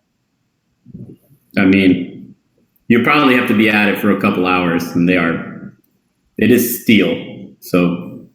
If only I knew about stuff like that. -5. Cool. Okay. She kind of rolls her eyes after using it, like, look, you know what's going to happen. I don't want to have to knock you unconscious, and then we'll get the healer in here to do this whole thing. It's not... Who's the healer among you? Like, you'll have plenty of time and years to contemplate an escape plan when you're working for all the rich, fat people in Iceland.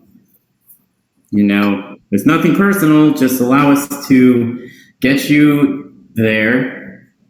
We'll get paid. We'll leave. We'll never see you again. And then you guys can go murder all the nobles or whatever. Honestly, I couldn't care less once I'm paid. So, and hey, things are going in Dolerast. You'll probably be free within a year or two. Because I know Iceland's having all sorts of issues with their neighbor Valerian. And there's only so much Zenith can do to keep everyone off their back. Who's that? Valerian, you guys probably don't know too much about Dolerast, I'm guessing. Faerun doesn't exactly do a lot of trade with them. Valerian's kind of the bigger city, more progressive, kind of like Neverwinter or Waterdeep, I suppose, where you're probably familiar with. So, they're kind of big on the whole humanoid rights and liberation and stuff. Iceland's kind of set in their ways. Rich people should be rich and everyone else should suffer. Honestly, I kind of hate them all, but they do pay well, so it is what it is. And Zenith is a whole host of crazy. Honestly, you might interact with some of them considering Iceland's nearby, but I would just not recommend Zenith in any way. They make like Ganassis and stuff seem like very normal individuals. Yeah. What kind of issues brought them up? What's that? What kind of issues? What kind of issues with what? Between Iceland and Valoron? Correct. Well, they're about 2 miles apart. Big bridge connecting the two. And on one side, you've got very progressive individuals, and on the other side, you have a very strong caste system. And kind of puts them at odds for the most part. Valoron is newer than Iceland. Iceland controls most of that bridge and has for hundreds of years. The bridge is kind of important. And then Zenith is really the problem, seeing as they don't really care as long as the bridge remains intact. And since Iceland runs the bridge, if Valerian pisses Iceland off too much and they go to war, Zenith will probably side with Valerian and kill everybody. Because like I said, they're crazy. So, I don't know. That's kind of politics, the gist of things. So like I said, who knows? Maybe 3-4 years, you guys won't even be slaves anymore. Or everybody in Iceland might be dead. So really, it's a kind of a win-win for both of us. Yes. I'd like to take the time, whatever days are left, and kind of profile each person. Figure out, like, as much as they can share, what they do on the ship, who's responsible for what, see if somebody lets slip the name of their boat, things like that. Sure. So however the last 3 days you've been able to do a little bit of it. The ship is named the Dying Gull. You caught that from Zaveth mentioning or calling it Hotel Dying Gull. You did see for the most part the people that you interacted with at the bar. So Jeffrey, Gilmarie, not Zaveth anymore, but Edmund and Timnis were there as well. There were a couple other individuals whose names you didn't catch, and they weren't particularly talkative. Generally, one of them was really just like the one who had initially come in the first time when you guys woke up. Was not particularly talkative to you guys. Anytime that you guys would try and talk, he would just tell you to shut up and just sat there for 3 hours. The other one who came in was on watch while you guys were sleeping, and was essentially fairly quiet, didn't really do or interact with you guys in any meaningful way. But yeah, Kimness is sitting there, and she kind of just like, obviously Fara, from your perspective, she's quite gossipy and more sarcastic than Gil-Marie or the other crew members.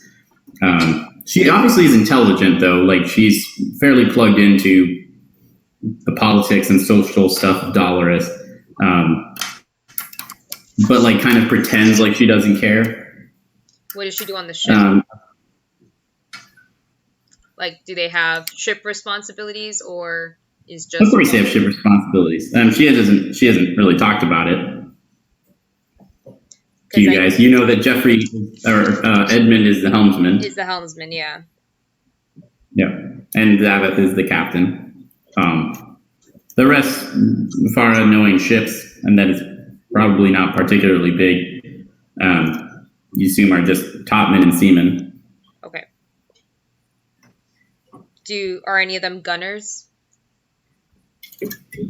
None have mentioned being gunners specifically, no. Okay. Trying to figure out if the ship has that kind of equipment. Sure. Okay. Yeah, no one has explicitly mentioned the armaments of the vessel, no. I'll ask Itness, like, how will you protect yourselves if another ship, let's say a pirate ship, tries to come on board?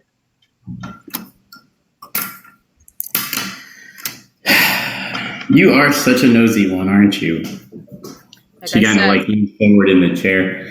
And she's like, well,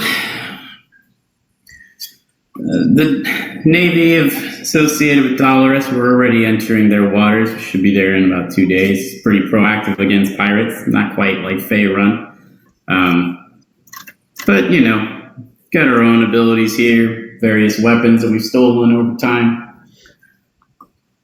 We're generally small enough that we can outrun and outmaneuver most ships, too, so...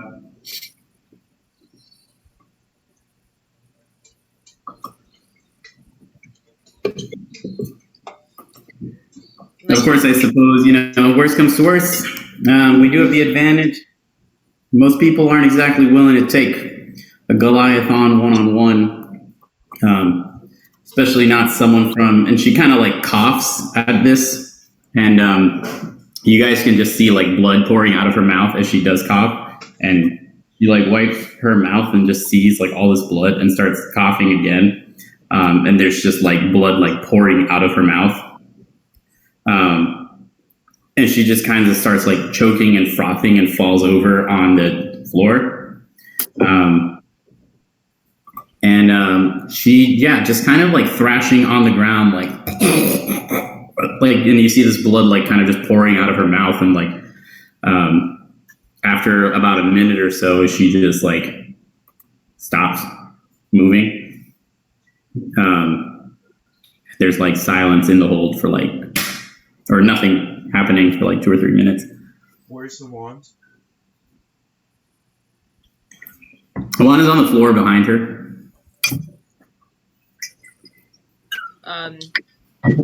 Cool. Have I ever seen anything like this? Have I ever seen a Triton person? No. Someone just start vomiting blood? No. No. Okay. Yeah, can I use the manacles as an improvised weapon? I'm going to make noise. It'll make noises. That's what I was thinking earlier.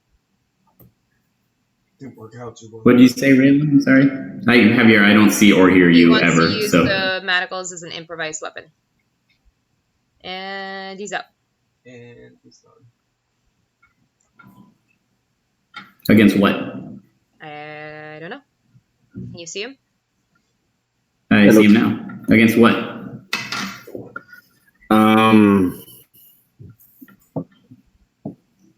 Against a further point in the lock in the chains. I don't hear anything he's saying. Against the chain. Against the chains? Which chains?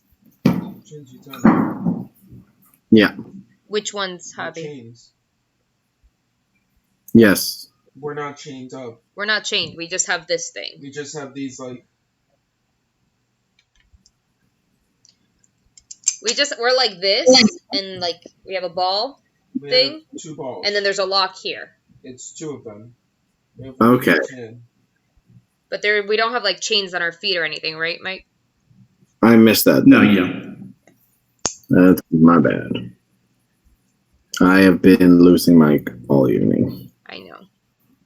So we can use these to fight if we're strong. The stream has been recorded, so you can go back and listen to everything he said. That's perfect. I love that. Yo, no, you don't. You're like, ah. So I have a bad memory. It helps me to like. No, look, I'm not arguing that. No, I'm more frustrated that I can't Do anything? I can't even get Mike. And that's Oh. Neither can we right now, if that makes you feel better. Oh, he's out for you too? Yeah, he's gone. he keeps refreshing. I think Gone. he made it hard to refresh. Hey, he's back. So I thought it was weird that I could hear and see you both talking totally fine, and it was because I was apparently not working because I was hearing you guys about how you couldn't see or hear me. So that figures that I was capable of doing that while none of you could see or hear me. Yes. Okay, so this lady kind of almost dies? No, she's dead. No, she's dead. Yeah. Oh. Reyla, that's what a dead person looks like. I She am coughed not up blood. Reyla. We've been on this boat for 12 days and you have not realized that. Fara. Reyla, that's also what a dead person looks like. And I know what the dead look like. But what killed it? I assume poison. She was just in the middle of talking, right? Did you She see was in the middle anything in of talking, particular that like we can associate, set it off? No, she was talking about Zavith being a Goliath, and that people don't really like fighting him because he's huge. Mm-hmm. Reyla, Fara. We can alert the guards. Let them know it would cause an internal strife. Then they'll have more people watching us. No. No, you make a good point. Okay, start banging on your... Then they'll be more preoccupied with this situation that happened. Yes, trying to figure out which one of us murdered their companion. From here? Or we can use this. What? I'm with Krall. Okay, start banging on your chains. Or we can use this situation to try to find a way out, but there's not much that I can think of.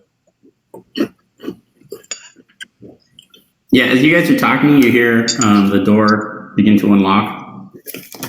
Go, bang your things. Help! Help. That's so pathetic. This is obviously not a trap, as he's just being like, help. Something's happened. Quick. You see a man come in through the door. That, can you guys hear or see me? Yeah. Okay, sorry, because you just kept talking over me. So I wasn't sure if It was intentional. No, that's fine. I was just making sure because I wasn't trying to be an asshole. I literally just didn't know. We have to buy our place. But yeah, you see this man walk in who you have not seen before. He's kind of wearing like a yellow leather vest and like just khaki pants. He's got a shaved head and just this very like a very gaunt face. And even like in the low amount of light in the room, you can see he's got these like kind of yellow eyes. They don't glow or anything, but they're obviously like very, very light yellow. And he kind of closes the door behind him. He's like, now, there's no need to make so much noise. And he kind of sits down in the chair. It's like, seems like quite a troubling situation the three of you have found yourselves in. Seems like quite the opportunity. I am Fara, and you are? I have many names. Pick one. he kind of smiles, and he's like, "No, perhaps that one's too on the nose. Well, we can just call me Mr. O'Dim for now. It's an easier one that won't set you off too hard." It's a pleasure, Mr. O'Dim, I hope. It is indeed. And he kind of like looks, his legs or his feet are planted kind of over where Kimnis is just kind of like dead body is, and like blood kind of pooling around where her mouth is on the ground. And he looks, he's like, shame about poor old Kimnis. Such a Although I suppose she did have such a thing coming. It's hard to disagree with you, considering the position that I'm in. And I like... Yes, and let us discuss the position that you all are actually in. You see, I enjoy negotiations and deals and other such things. But I'm also soft-hearted and not particularly fond of slavers or others who treat humanoids with such disdain. I'm sure the three of you could probably agree, considering the situation you're currently in. Wholeheartedly.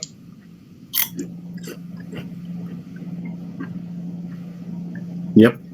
And I assume she'll speak for the three of you, so... They're a bit tired. They're not used to the seas. See, as I said, I'm not exactly keen on these slavers, and I'm not exactly keen on keeping them alive any longer than I need to. But I also have nothing against the three of you. In fact, a potential interest, considering my sympathetic views on slaves and those otherwise bound to tasks that they are not inclined or otherwise desiring to take. And so I was wondering if perhaps you would be interested in my assistance. What's the price? For what price? You know, that's a good question as of right now. I don't exactly want for anything at the current time, but perhaps in the future I may call upon your services, obviously for... I lost Javier. Javi, can you hear or see Mike? Well, now again. Okay. I don't exactly want for anything at the current time, but potentially in the future I may call upon your services, obviously for a job consummate to what I will be assisting you with now, nothing horrendous or terrible or crazy, as I'm obviously not expending too much effort in assisting you at the current time. The job worth our freedom is no cheap favor.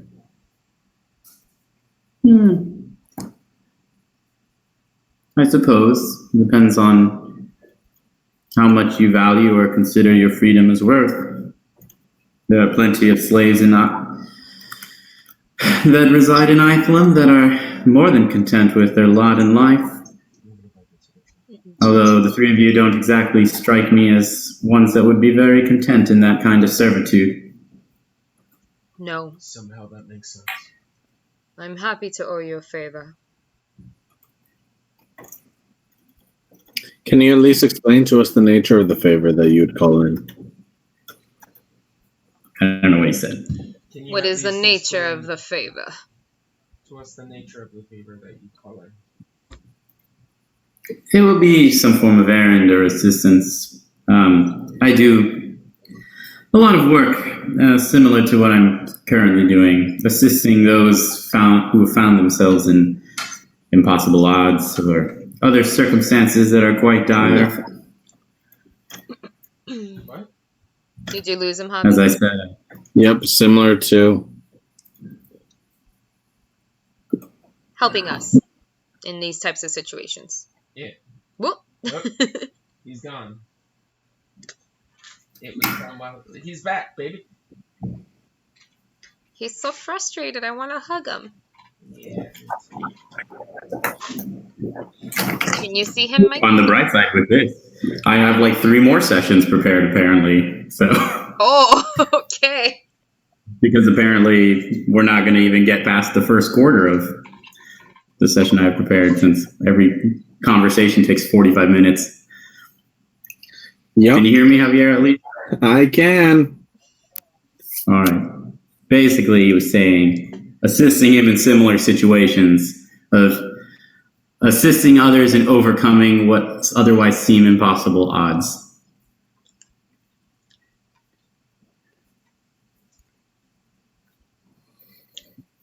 I am more. I suppose I can agree to such a favor.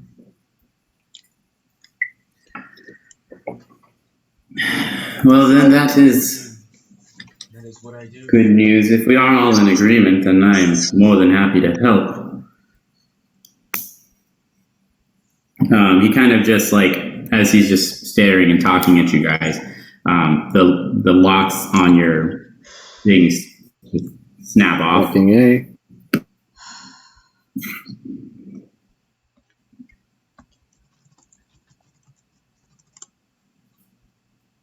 That was me. Ignore it.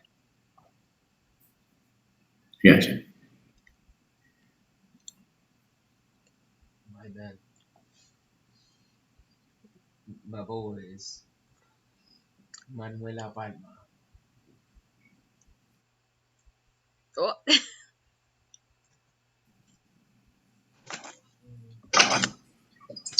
My boys. Okay, yes.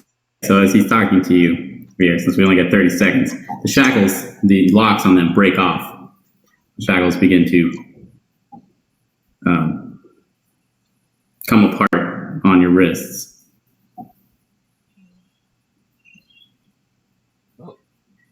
Freeing. Thank you for this. Anything you can do with the locks to... Oh, I've already planned for your escape. You don't have to concern yourselves too much. And as he's saying that, like, you hear this like break on the cage locks, and they all open up. And he stands up, and he kind of like heads towards where the door is, and he puts his hand on the wall, and he's just like, "I will come find you 3 at some point in the near future. Just try and stay alive until then." And then suddenly, like where his hand was on the wall, like there's just a sudden hole on the skin of the ship, and like a bunch of water just like starts pouring in the room. And someone like opens the door, hearing this like crash of water, and as the door opens, it just swings right through this guy, and he's gone. You see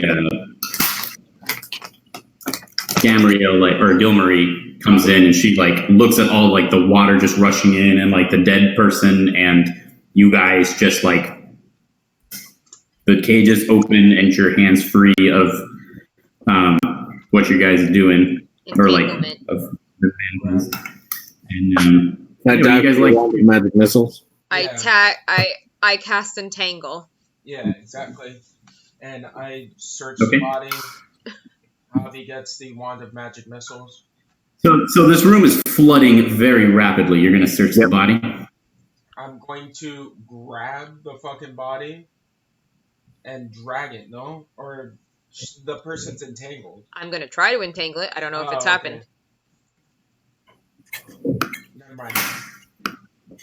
Sure, hold on. Do you want me to cast it? I think you Give me a should, sec. but I can't say anything other than that. Were you asking Mike? Yeah, I was asking Mike. Oh. He is a lot larger. Yeah, give me one sec. You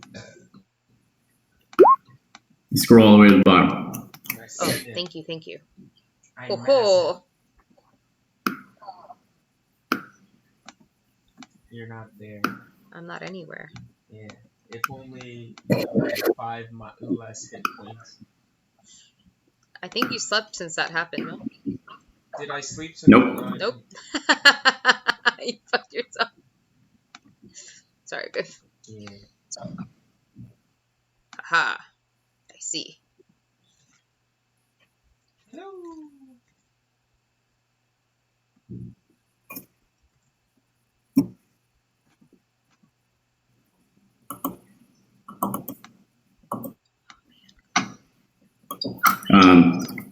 Fara, you're gonna cast Entangle. Yeah. So let's roll for initiative. What a waste. Cool. No. How many charges does this thing have? Typically has 9, right? So she's wasted the one for today. 7. One for today. Typically a 7. Okay, then it has 6. Cool. 12. Okay, 21. nice. 13. Okay. I gotta remember you guys' new names. Krall and Reyla. Fara. Okay, Krall, what are you doing? First You have one. no weapons, What? but I'm saying you don't have any weapons on you, but Why not these? you do have those. I'm You going can grapple to. too, remember. What? You can do things like grappling, I can't technically. Well, I shove. can I grab him and shove his face into the water? It's a girl. It's Gilmarie, Can but I you grab certainly her? can attempt to grapple, yes, and pull her down. Yeah. So it'll be a strength against her acrobatics roll. Okay. That's an 18, What? baby. It fails. She actually jumps back as you go to grab her. You're maneuvered a little slow due to the fact that you're in like almost knee-high water at this point. That is now pouring out into the rest of the hold. Somehow reasonable.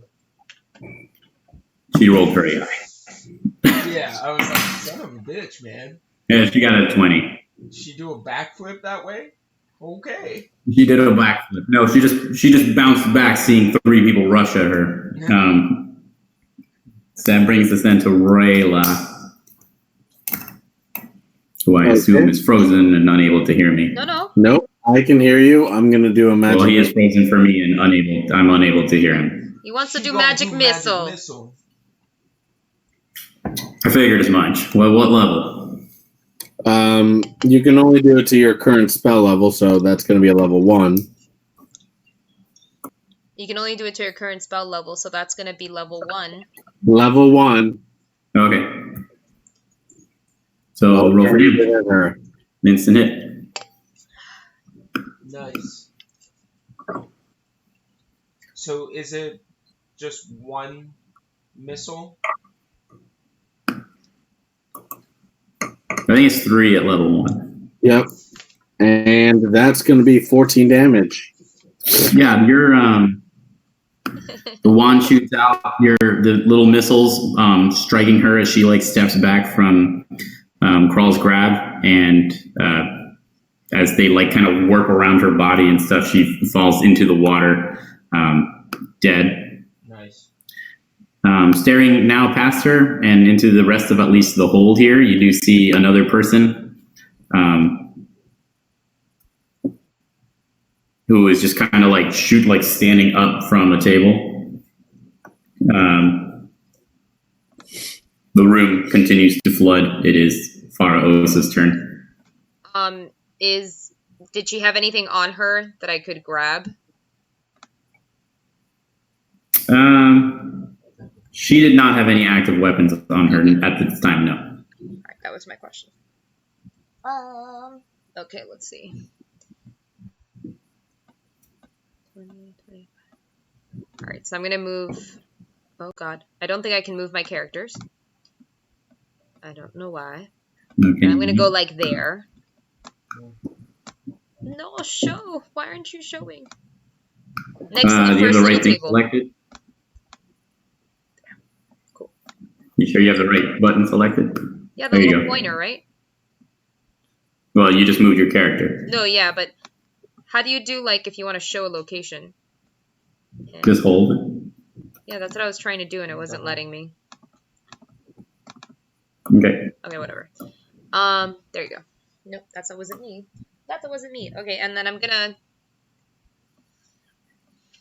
Do I know who this person is that I'm seeing? Yeah, he's the guy that wasn't really talkative to you before. Then I'm gonna do a poison spray. Okay. I don't know if that showed over there. I mean, I know what poison spray is. You do 4 damage? No, it's a con save of 13. He fails. Great. 8 damage. Okay. That's my turn. Yeah, you spray a bunch of poison in his face. He's like hacking and coughing through it. Still standing though, if I can ever select this. As he finishes standing, he like bangs on the door behind him, like screaming like, "The prisoners are loose!" And he then like comes forward, charging at you, attempting to just punch you. He misses, kind of just disoriented from all this poison. The back door does like burst open as someone else comes into the room. The water is about waist high. It is now difficult terrain, and it is Krall's turn. Okay. Did you reduce my AC because I don't have my shield, or are you giving us that? I want to be honest. Sorry. No, your AC is 10 plus your dexterity modifier, whatever that is. You do not have a shield. Okay. Or any armor. Let me take all that off. That's what I was wondering. Okay. Oh, yeah. Yeah, you have no anything. You have no equipment on. Okay. But a guy would have missed regardless. So. Okay. I think I would have to use double dash basically to get here, right? Just because it's right. If you were in the back. Yeah, because it's double. Yeah. Yep, you would. All right. So It's difficult terrain. The stairs are right here, by the way. I'm sure you guys can tell where they are. Oh, I didn't know those were stairs. Okay. Oh, I'm sorry. Yeah, those are stairs going up. I apologize. Yeah, it's a large room. There's some stairs going up to the next deck. There's some crates and just like various food and sundries and stuff on the left side. Now these crates mostly underwater, and just some like sacks and stuff of grain on the north wall there with some barrels. A couple of them now floating through this room. Okay. Reyla? Yep. I'm gonna 1, 2. Do I have line of sight to this guy? Yeah, you can see him enough to cast Magic Missile if that's your intent. Yep, that's the intent. Nice. Sure enough, another magic missile. Do they look like something in particular? Yeah, little leaves. Mm-hmm. Casting it as at second level, I did misunderstand that.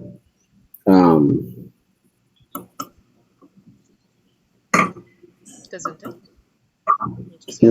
Yeah, I'm sorry. It's okay.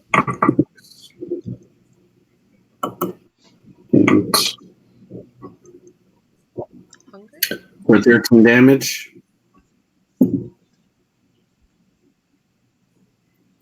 13 damage, Mac. Okay. Yeah, that guy getting hit by all your little leaves, torn apart by the force damage, falling into the water. And I stand on here.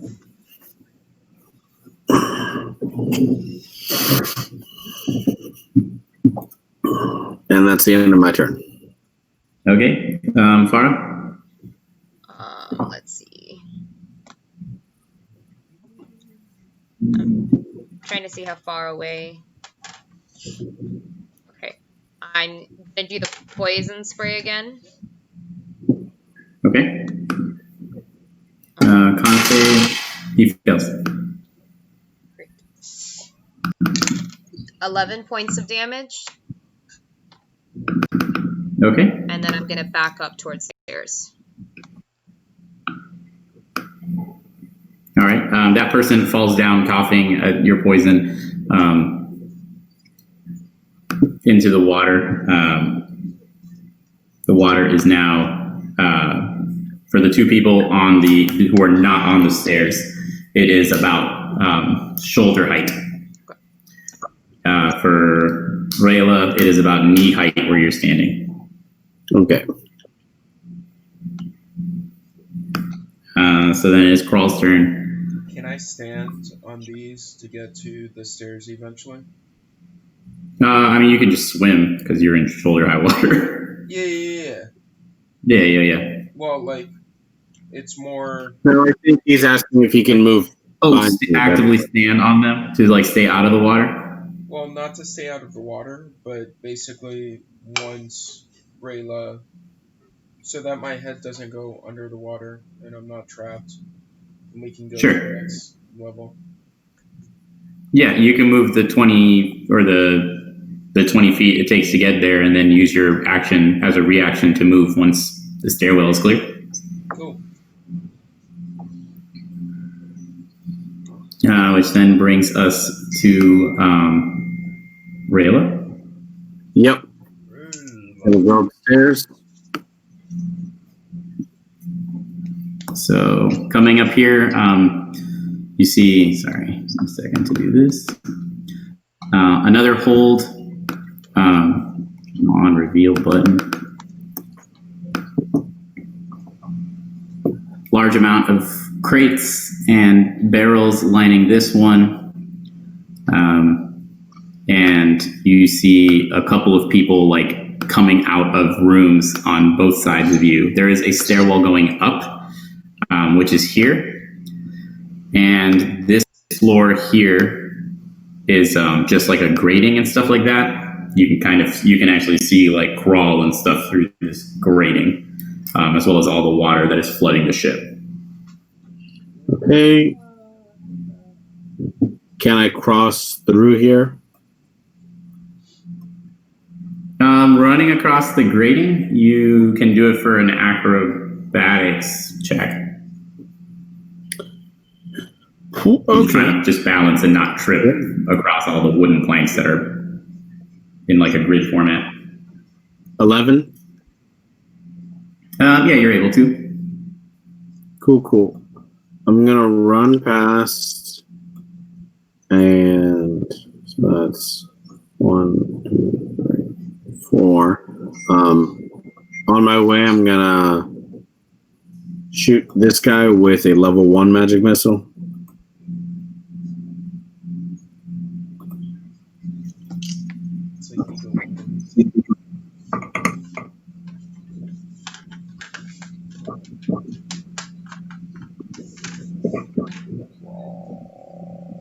For 10 damage.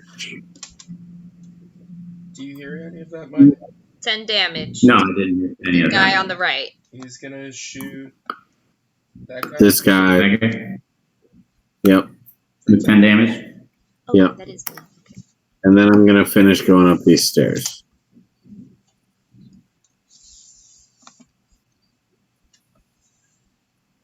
And he's gonna finish going up those stairs. Up the stairs he goes. Or she goes. She goes. Reyla.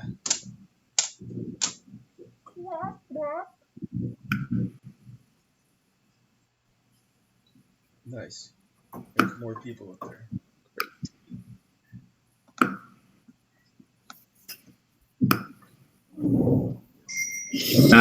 Then it's Krall. You can do your action that you would say, or your ready action if you would like to move your additional 30 All right, feet. that's the end of my turn. Yeah, You're good, that's bud. my move.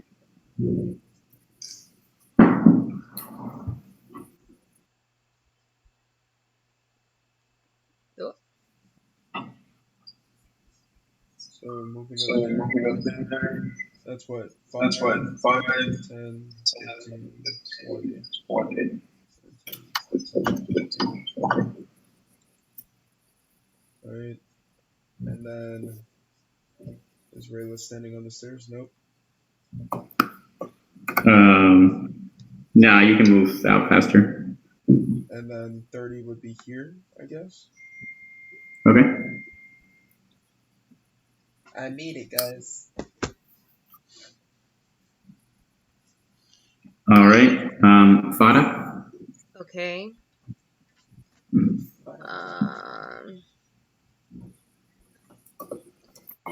So this is 5, 10 for me, right? I have to get out of the water. And then that's 15. So just getting to that position is only 10. Oh, okay, great. Because they're the same position on the stairs. Got it. They're just on different. Okay. Got it. Okay. I'm thinking if I should do something about this. Yeah, I'm gonna try to do entanglement here. On the two guys? The two guys, yep. It's a 20-foot thing, square, 20-foot square. Okay. And a strength save of 13. The one on the top fails. Okay. Grassy weeds and vines sprout from the ground, starting from a point where they're in the duration. These plants turn the ground into difficult terrain. Alright, so I guess one of them is restrained, right? Correct. Okay, 10, 15, 20. Oops. Okay. 25. And then can I make it onto the stair? On the other side? There? Yeah. Okay. You made it. Then that's my go. All right. Well, that's Javier again. So let me explain this part again.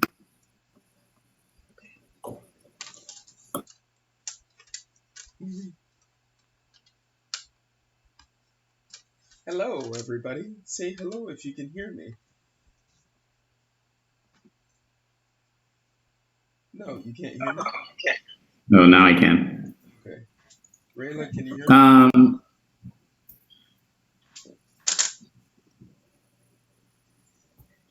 All right. So yeah, running out onto the deck of the ship, you see it's not a particularly big ship, maybe 40, 50 feet.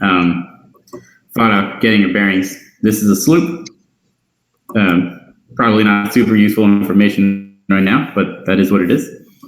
You see Jeffrey up on the helm, which seeing you guys run out immediately, like begins shouting. There's two people, forward lookouts on the vessel, on the deck, who turn around. They do have swords. They do draw their swords, and you can hear people coming up from the lower decks up the stairs.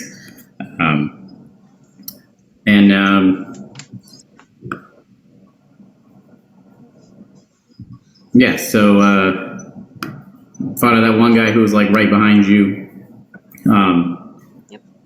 who was not entangled, comes running up, takes a swing at you. He's just got like doesn't have a sword with him, but he's got like a pin. They're like sailing pins. It's just kind of like a club, which he misses as you're kind of like running up the stairs. Kind of swings too low.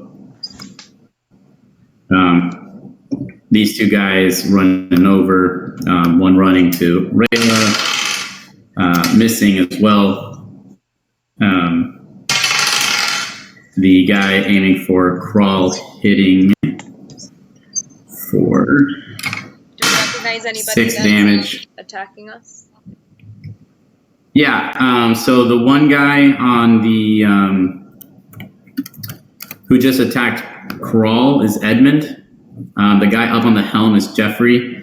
The other two guys you haven't seen before. And then just kind of bursting through the back door, you see Zavith, the Goliath.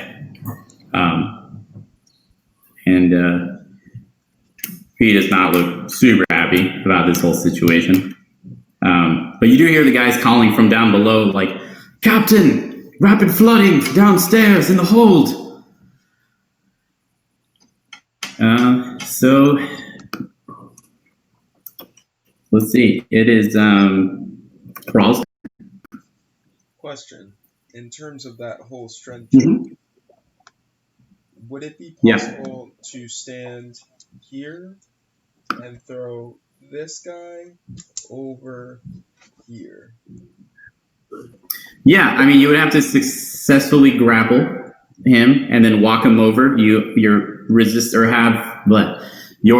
speed is halved while pulling a creature of the same size as you. But yeah, you could feasibly do that. It would probably take a grapple to successfully drag him over there, and then another like a competed strength check to basically be able to push him off while he's holding on to you. Okay, and would it be an action to try to take the weapon from him? It would resolve in either a strength check or a dexterity check against his strength or dexterity against yours. And would that be an action nonetheless? It would be an action, yes. Same as attempting to grapple. Cool. Well, I gotta do what I gotta do. I'm gonna grapple him and toss him overseas. I think that's okay. Realistically. Sure. I mean, it's stormy. It's pretty stormy seas. He probably will not survive that fall. I didn't blame him. I mean, he'll survive the fall, but probably won't survive being in a storm. Okay. And it's a strength check? It is, you make an athletics check versus either his athletics or acrobatics, yes. Athletics. I'm proficient in athletics. That is a 23. Yeah, you successfully grab onto him. Just being a half-orc, you are fairly large compared to this human, and yeah, you grab onto him, no problem. He is like punching your hands, trying to like get you off of him. Alright. And can I toss him over from here, or do I need to take 5 more? You will have to make a strength check against his dexterity with disadvantage in order to throw him 10 feet, yeah. So okay. Move closer. You're a level 1, baby. This is not a gun here. Yeah. Yes, you can at this point just straight strength versus strength competition. So I have the modifier on it, right? You do, your strength modifier. Okay. That is a 22. Yeah, you drag this dude and you just like shift him over, his body hitting the railing and just like pretty much like flipping over the railing. And you hear him crashing into the water below. The sound of him barely like resonating over the sound of the rain and the waves crashing against the side of the ship. Okay. And that was what? 5, 10... That was 20 feet, yeah. Yep. Alright. And I'm going to finish over here. Okay. Reyla? Yep. I gotcha. I am going to Wand of Magic Missiles, burning out the last 2 slots on it. You're going to have to tell me what he's doing. I'm assuming he's magic missiling the captain. Last 2 slots on this guy. All the leaves, man. All the leaves. He's going to drop a fucking... All the leaves are green. All the leaves are green. In the sky's gray. Now he's singing the Mamas and the Papas, I believe.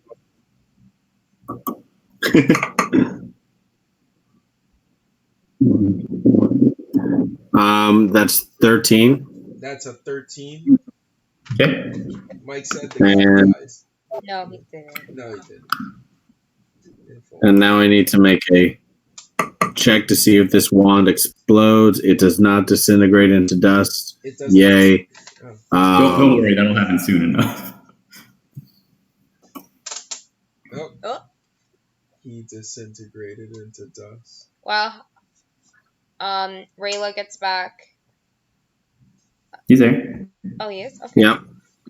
And I am going to Misty Step over to here. Bonus. No. Okay. Over to here. Okay. Fara? Do I see a dinghy? There is a dinghy where Krall is standing, yes. Okay. How many feet above water are we?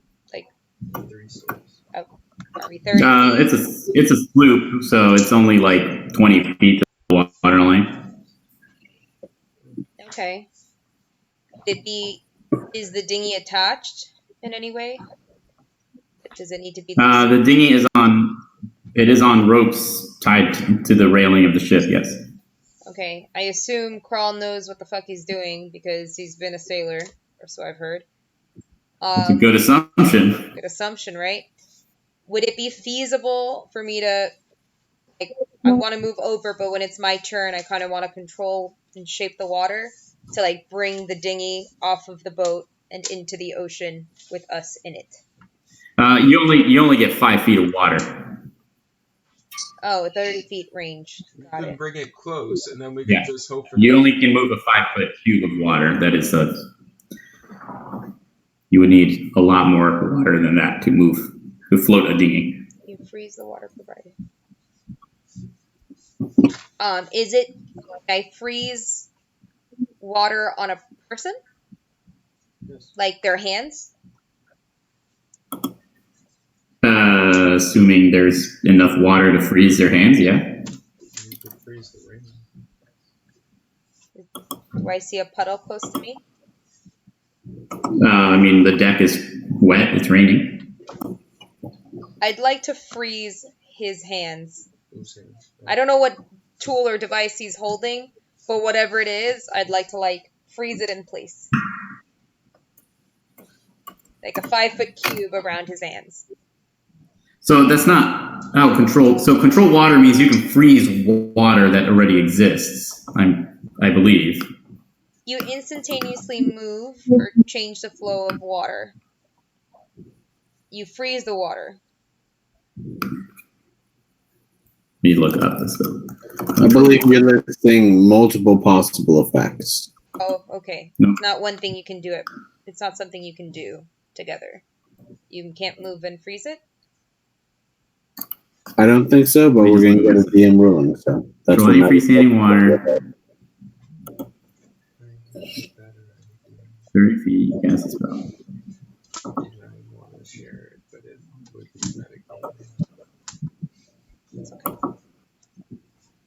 No, I'm sorry. I'm looking at control water. What is your spell called? Shape water.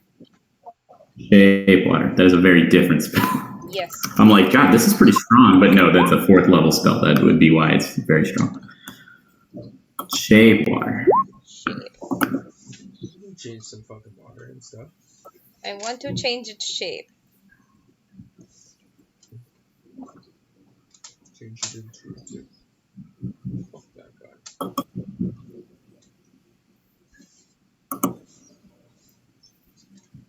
Jesus Christ.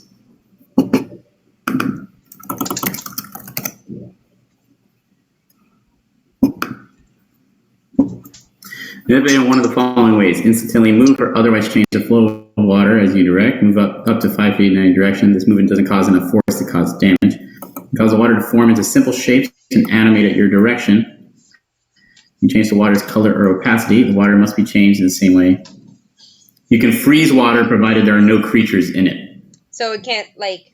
It can be Okay. on top of it. You cannot freeze somebody's hands. And you can move the water and then put it around his hands and then freeze it, except it specifically says you cannot do that. But yeah, it's you have to use it as an action each time to, like, control every aspect of it. Then I will poison spray him. Nice. Okay. I think he's gonna beat though, because his con is probably ridiculous. After that drinking game, probably. Yeah. But here's Yeah, he passes. yeah. All right. You did beat all your after the drinking. Yeah. I had a feeling. That's why I was trying to think of something else to do.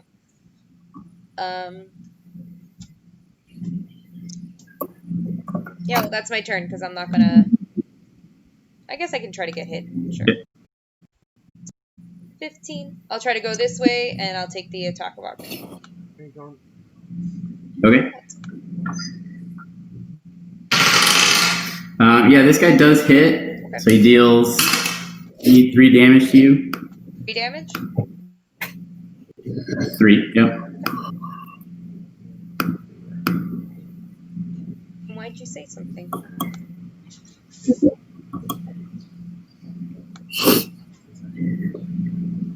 Oh.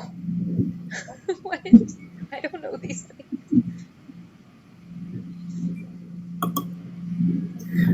Yeah, as you guys are like moving towards that dinghy, Sabbath steps forward. He pulls out this like heavy crossbow and points it at you guys. And like over the range shouts, "I recommend you all step away from that dinghy." And he like points it and like cranks it. "Otherwise, none of you are making it off this vessel alive." And right as he says that, this like giant sheet of water comes like crashing up this central hold. It's like very thin, but it like shoots up like 30 feet in the sky, and then just like spreads like this. So pretty much like, if I can draw like that,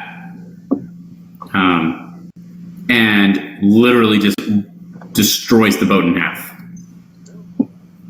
So this massive sheet of water coming and just spraying left and right, all the wooden planks just like exploding, splintering.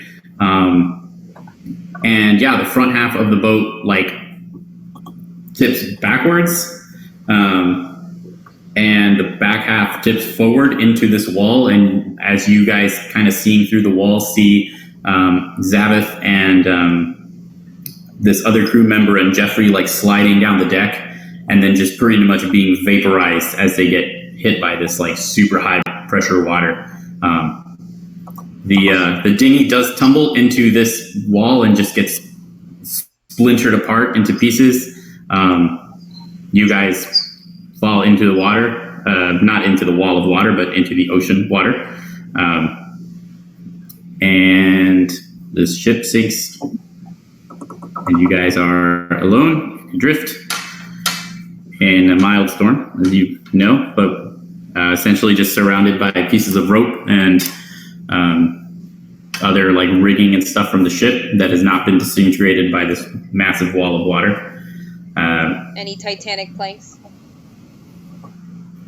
There's a couple of pieces of planks, not quite as big as the Titanic. Certainly can't hold 2 people on any of them. But at least one? Is there enough for like... Are there... Yeah, you stay afloat, yeah. Yeah, I mean, there's nothing that you can like fully climb onto, but enough that, yeah, you can put some of your upper body weight and not have to tread water, yes. Okay. Yes, that's what I'm looking for. And I guess tie them together? What was that? Yeah, you can certainly kind of swim and use some of the rope to tie your pieces of wood together, so that way you guys don't drift apart. Nice. And, good. That's good survival strategy 101. Thanks, bro. And I start using, I think, understanding what direction we were going in. I'll start pushing away the water to go into that direction. Oh. In the direction that the boat was going? Yeah, because I think when they said that they were 2 days out from the water. Yeah, it's Slavers Bay. Not Slavers Bay. Well, I'm just saying, there's no exact point of reference is currently, considering that you're in a storm at night. But you can certainly head in the direction the boat was going. Yeah, I would do that. As the safest bet. Hopefully shape water helps with this. It'll get you there instead of like 7 days lost at sea. Yeah, it'll get you there in like 3 instead. Perfect.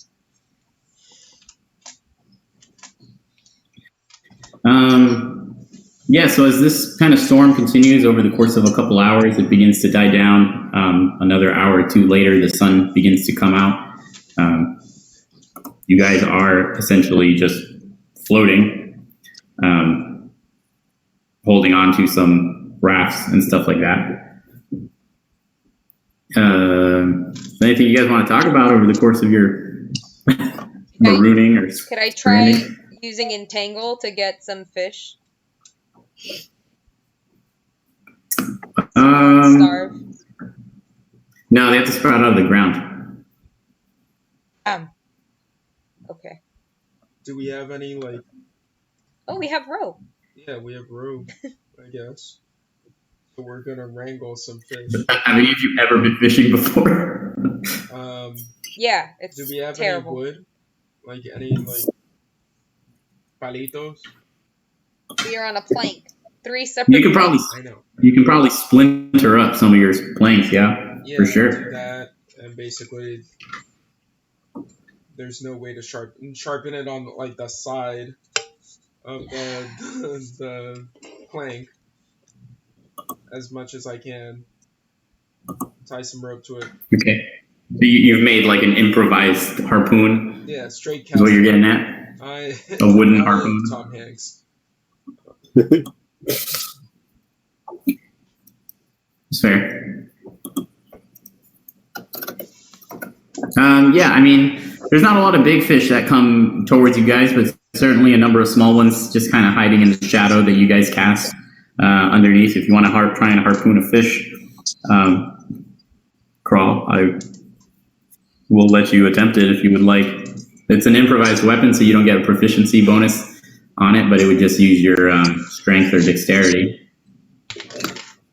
I don't think. Can I aid? Yeah. Can I aid him by killing the fish? By what? Killing the fish, he said. Can you aid him by killing the fish? Yeah. Yeah. I was gonna say, can I move the water away? You could certainly kill the fish with magic missile if that's what you're intending to do. No, I'm gonna send a small bolt of necrotic energy. Oh. Yeah, so he doesn't need to fish at all if you just kill all the fish. Well, I mean, the fish might not float to the top. These are like this big. They're not like you're not hunting a tuna or something right now or a sunfish. So I rolled a 9. Bottom line is that does miss the fish, but I'm assuming if Reyla's casting a necrotic spell, that probably kills the fish. Do I add hold on. What is the save for your necrotic spell? There's no save for it. It's just a cantrip that does 1d8 necrotic damage. Nice. No save? How luxe. What spell is that? Chill touch. Oh.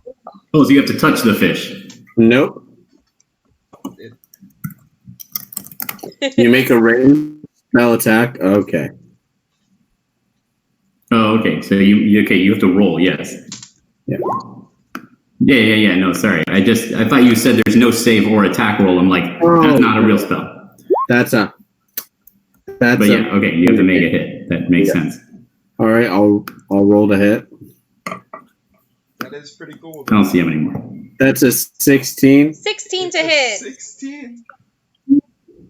All right. Let me see if that hits. I believe it does. Yeah, I figured the wand might like send that thing flying. If we go to sleep, we could use the wand tomorrow, right? Or is it the next day? How does it work? Yep. Every day is sunlight. We're all tied together. We should take turns. Yeah, yes.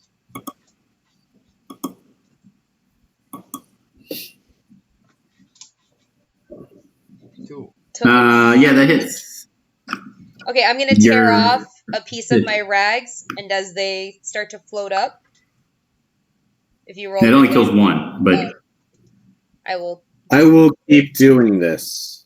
I'm gonna keep Sure. harpooning. the cantrip, yes. So it's fine. Over time, you guys successfully catch enough fish to not actually die. eat something.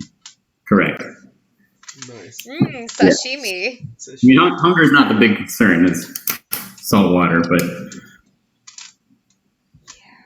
Can you create purified water with your shape water? is that what you do? but she can freeze it, and therefore, technically, I think try and separate it over time. Yeah, but I think I could try. You cannot purify water, no. She would have to boil the water first, I think, which I don't think she can do. Salt water You can change freezes, its color, right? though. What? Salt water freezes? Salt water does freeze at a lower freezing temperature than normal water, yes. We're gonna get thirsty real soon, guys. You guys are going to get very thirsty.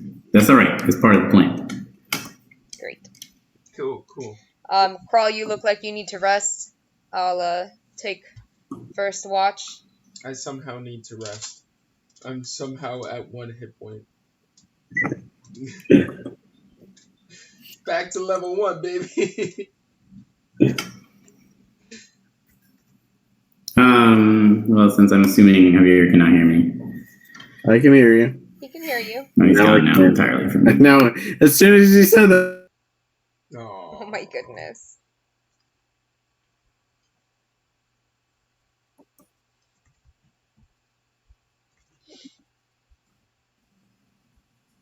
All right, we're just going to expedite this, and I'm going to end it because obviously we're not getting anywhere. We're not? I think we've done great. I literally have not seen Javier in 3 hours. Oh, I have not heard a thing he has said in 3 hours. So, anyways, you guys spent 3 days in the fucking ocean. You've garnered 2 don't points. like it. You guys get 2 points of exhaustion. You do find land.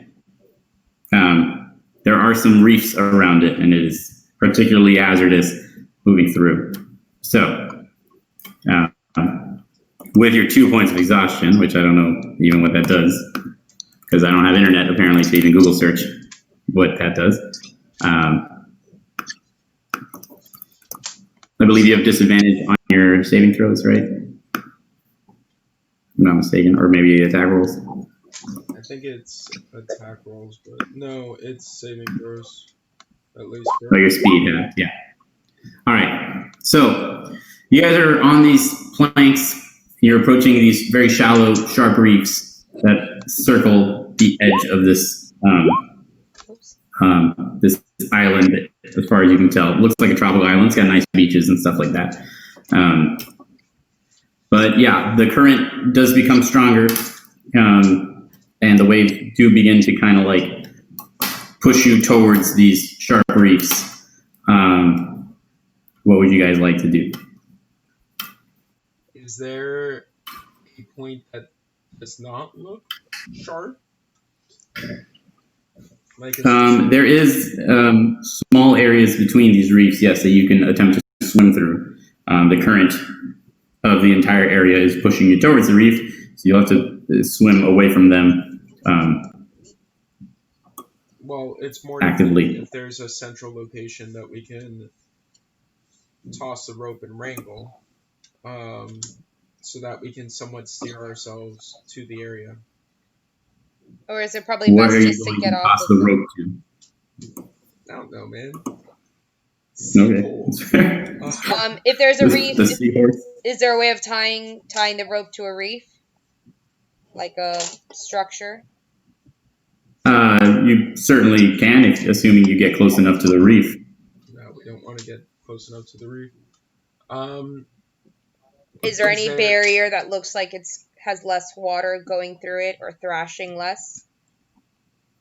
Yeah, there is a split between the reefs that you guys can attempt to move through, Okay. Or you can try and swim through the reefs, or over them rather. Can I teleport onto the reef? Does it look like there's a space to stand on it? They're not super shallow. They're about probably like knee high, or not knee high, like waist high. So you can certainly do that. And then, however, there are waves crashing over them, kind of as a breakwater. So yeah, we were. Sorry, I'm forgetting. Man, Fara was suggesting tying off to the reef. If I was on the reef, it could make it easier to do that.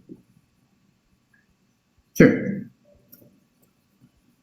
So we're kind of dismantling. Also, well, there's two things. One is magic missiling the reefs, right? But the other thing Yes, let's destroy the nature. Yes. But the other thing is like breaking off another piece similar to my harpoon, and we just like fucking paddle. Use that. Really, have you guys ever been in the ocean before? Have you been to a beach in your whole life? No need to be mean, Mike. No need for this. This is fair. You could certainly attempt it. No, I think it'd be best to like try to go through that empty space and try to push, the water at least on one side, so it's a smoother swim through.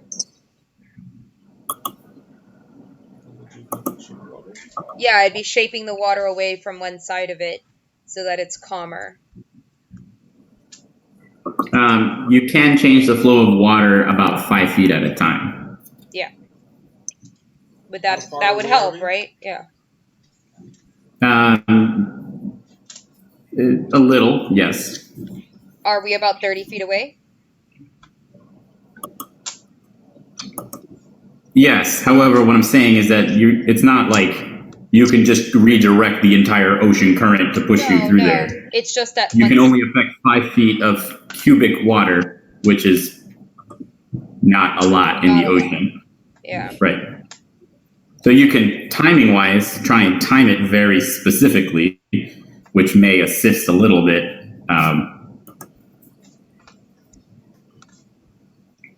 And then, Reyla, if you want to try using the rope. Can you teleport with rope? No, I would have to teleport, and then you'd have to throw the rope to me. We can't do that. But can you teleport onto water, or it has to be a solid surface?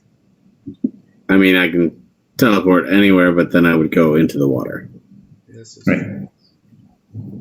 Okay. I cannot stand on water. Yes. Okay. Okay. So why don't we have her teleport to the nice, comfortable location, and then toss her the rope from where we are. We can try. I think we'd have. Do we have enough rope for that? I don't know how much rope we have. We have enough rope for that. You do have enough rope once you're within like 30 feet for him to, or for Reyla to teleport over there and toss about 30 feet of rope. Yeah. Exactly. Okay. And we're using these pieces of wood as like boogie boards, basically. Oh, is that what you're doing? That's the way I pictured it in my mind. Yeah, that's fair. I think more kickboard. Is that what you mean? Yeah, but like the long ones are boogie boards. Okay. Yeah. Kickboards are small. I would say that one they of them, chafe your nipples. One of the whatever boogie boards or kickboards, we tie a rope around it, and we're gonna try to like toss that to Reyla. So it's just not like a random loose piece of rope, because that's not like a heaving line. I'm tracking. Yeah. Okay. Okay. So Reyla, you're gonna misty step onto the reef. Oh, I thought she was misty stepping onto the sandy beach. No, the sandy beach is another like 200 feet away past the we have to get past the reef first. Oh, okay. All right. So. Okay, so you missing stepping. I'm gonna need a dexterity save. Do not on the land. Yeah. Dexterity or strength. One of the two.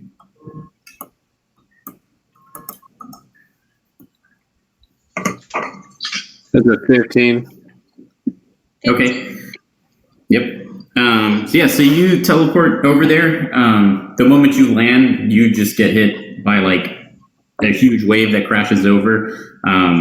It like almost pulls you under. You manage to, with like one hand, hold on to the rocks. It kind of tumbles you across part of the reef. You take 2 health damage from that. But you are able to hold on and pull yourself as the kind of the ocean, what's it called? It ebbs back into the deeper water before another wave comes in. Okay. And then I'll try to control the water, and Krall, you try throwing this piece of rope that's attached to the wood. I shall. Toss. Okay. Krall, you can make a strength throw. You're just throwing something far. So just a strength check. Alright. That's a 19.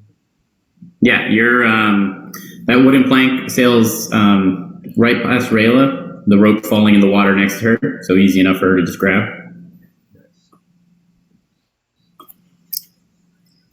So Reyla has the rope now. Now I have no idea what your guys' plan with this was, but well, we have the other side of the rope. Like, yeah. Yeah. The plank side got tossed. We held on to the other side. She swims over, and then we swim through. Right, Wreath? She's here. She jumps in water. We have rope to go through? Ah, I see. So it jumps to the other side and then swims past to where the opening is and then pulls it. Okay. Yeah. Okay. I thought you were going to have some kind of crazy, like,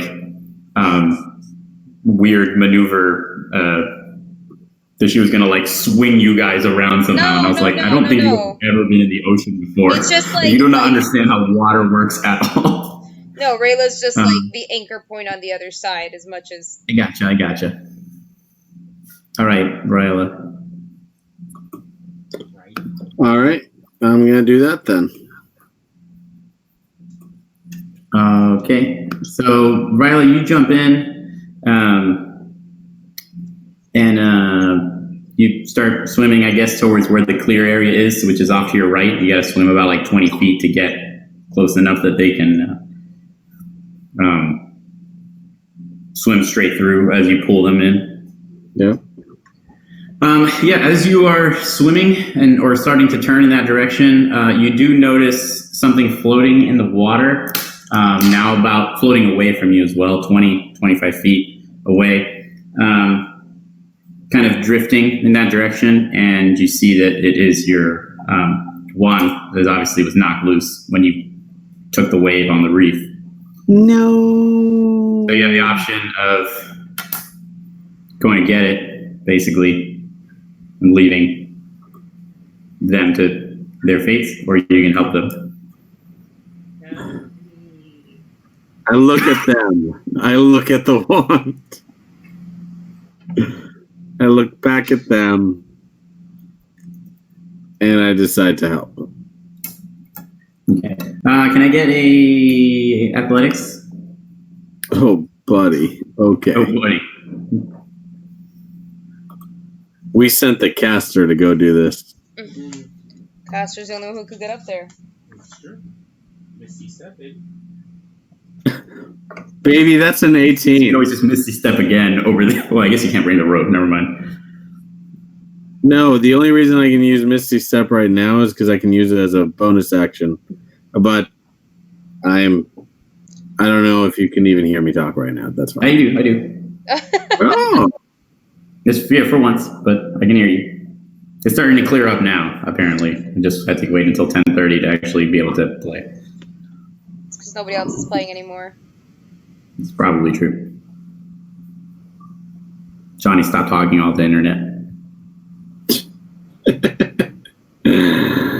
Yeah, maybe. You rolled an 18, by the way. Oh, I'm sorry. That I did not hear. Okay, I was you like... rolled an 18 on your strength check? 18. Look at you. Look at you, Reyla. So Reyla, you swim kind of against the current as Fara and Krall on this little makeshift raft, kind of getting dangerously close to these crashing, sharp, jagged reefs. But you manage to get far enough and into shallow enough water that you can get a good grip on your feet and help pull them in. And as Fara using her control water and Krall helping swim a little bit, they manage to safely navigate through the reef. And then the waves, much calmer on the other side, kind of just slowly wade you over to shore. Yay. And there's I guess you got like 30 feet of rope, a couple of planks of wood, and you are on a beautiful white sand beach, a couple of palm trees, and some obvious jungle, maybe about 50 yards from the beach. And that's about it. Coolness. It is daytime at this point. As I mentioned, you have 2 points of exhaustion from adrift for 3 days.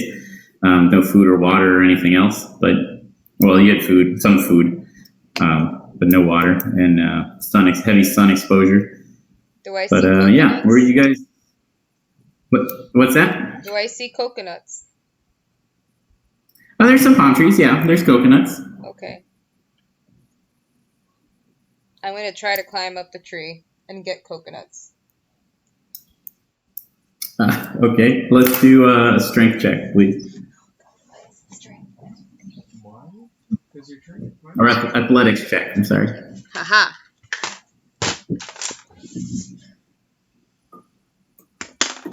It's a 0.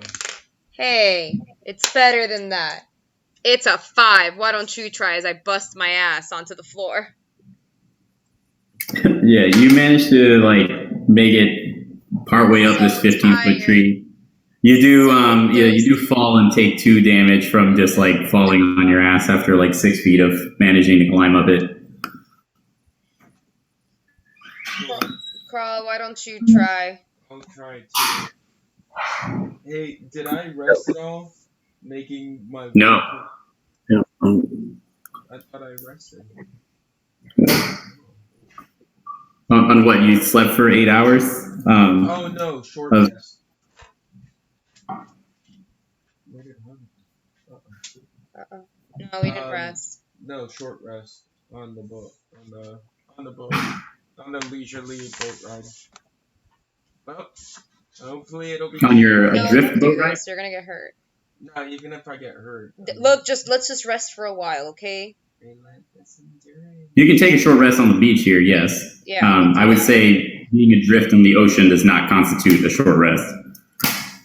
Just because the definition of short rest is an hour or 2 of no activity where you're able to rest and relax, which I don't think being partially underwater and in the sun is... So it's an be wrong. athletics check or an acrobatics check? It is an athletics check because athletics is involved in climbing. Nice. Did you short rest? Nah, I'm just not gonna do it. Okay.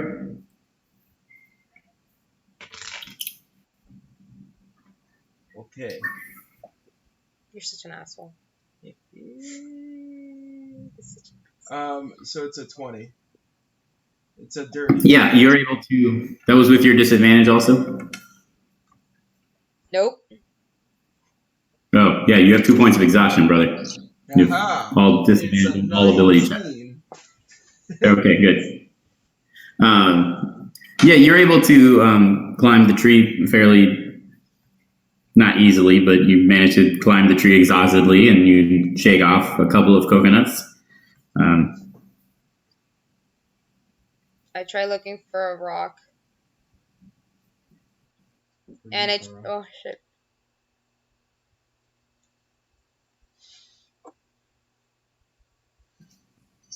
Do you guys see Javier? Or is he gone? Nah, no. It was intense. Okay. I'd probably start looking for something sharp and start seeing if I notice if there's footprints or if there's anybody that's been around us, if there's any movement or creatures or anything that I can notice about the geography around us. Sure. Roll for nature. Nature.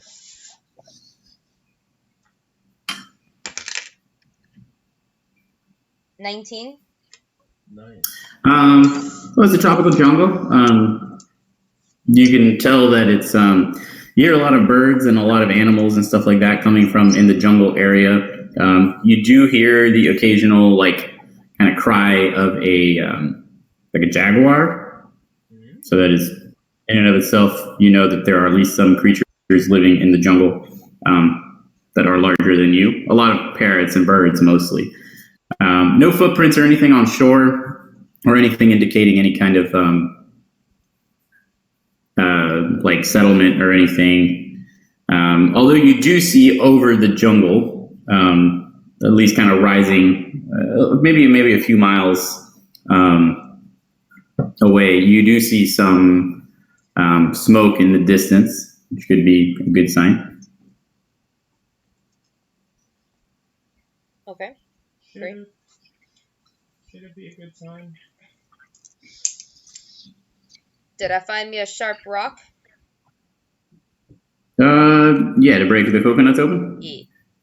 Yeah, there's a good amount of rocks on the beach that you can easily break the coconuts against. Some boulders even, too, that make it even easier. Try to break the coconuts open and drink some water and rest for a while. Yep, there's no issues doing that. You can spend some time breaking those apart. And yeah, you can drink some water. That'll. You guys in a short or long rest? I'd say long rest with shifts. Just try to Should we take sleep watches? off until tomorrow. Yeah. Yeah. Take watches so that we're not all just not resting at the same time. Last time we did that, it didn't work out too well. Krall, you look like shit. Take a rest. Okay. Sure, that sounds good. So you guys will lose 1 level of exhaustion on a long rest, not 2. Yeah. So you'll be at 1 point. I'm guessing Javier is just not coming back. You want me to text him? Yeah. No, it's fine. I think we should just end here because it's been awful since we started. So, I guess I'll let him know that you guys are taking a long rest, recovering 1 point of exhaustion. And yeah, you will start on the beach next time. Do you still have like 3/4 of something left for us to do? Oh yeah. I have the whole first town and like the first couple of quests and everything else. Oh, awesome. Because I didn't expect for everything I did not expect that to repeat it 15 times, just so everyone could hear me. So, but it is what it is. It's one of those days apparently. So. Yeah. Where the internet is just the worst. Yeah. So I think all 3 of our internets are just fucking trash, and it doesn't help anybody. But whatever, so it goes. Hey, welcome to Dolerast, guys. Hey, we made it. They love slaves. Well, I guess you're in the continent, not the actual landmass, but you're on an island that's owned by it, so there's something. Yeah. We made it to an island. In Aylworth. Hilton. In where? Ilroth. Where they enjoy Iltham. Iltham. Ithlum. You're not in Ithlum. Well, you don't know where you are, but you are certainly nowhere near Ithlum. Good. Hey, by the way, Hey. we had some random person join. Cool. Big Did sword you? boy. Yeah. He's like, are you guys probably all not right? Reyla passes out on the beach. I'm sorry, I work thing came up. What's that, Reyla? Right. Came up.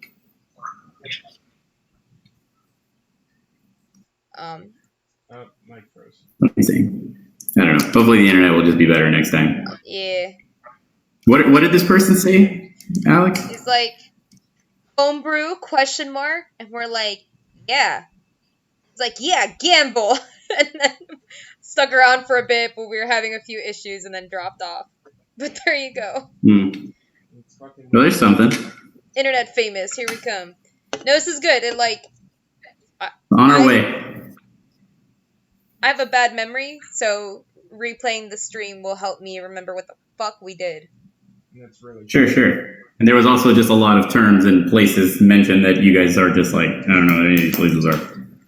Nope, but I tried taking notes about Valerion and Xenoth and the crazy people. I didn't go. So it's Zenith, like the... Oh, Zenith. Yeah, she crazy. Yeah. Valeron, you have correct. Eithlum is the other place. Eithlum is the... Athlon.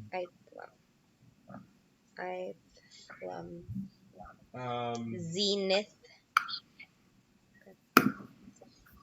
It's like Danny said Slaver's Bay, and I was like, oh no, this is so scary.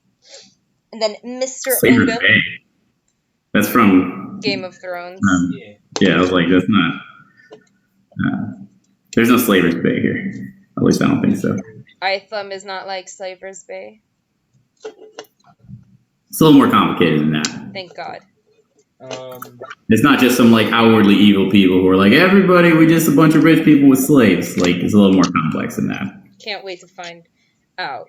I realized I'm from Polkirk, so pretty excited about So the Dying Gulf sloop? The Dying Gulf.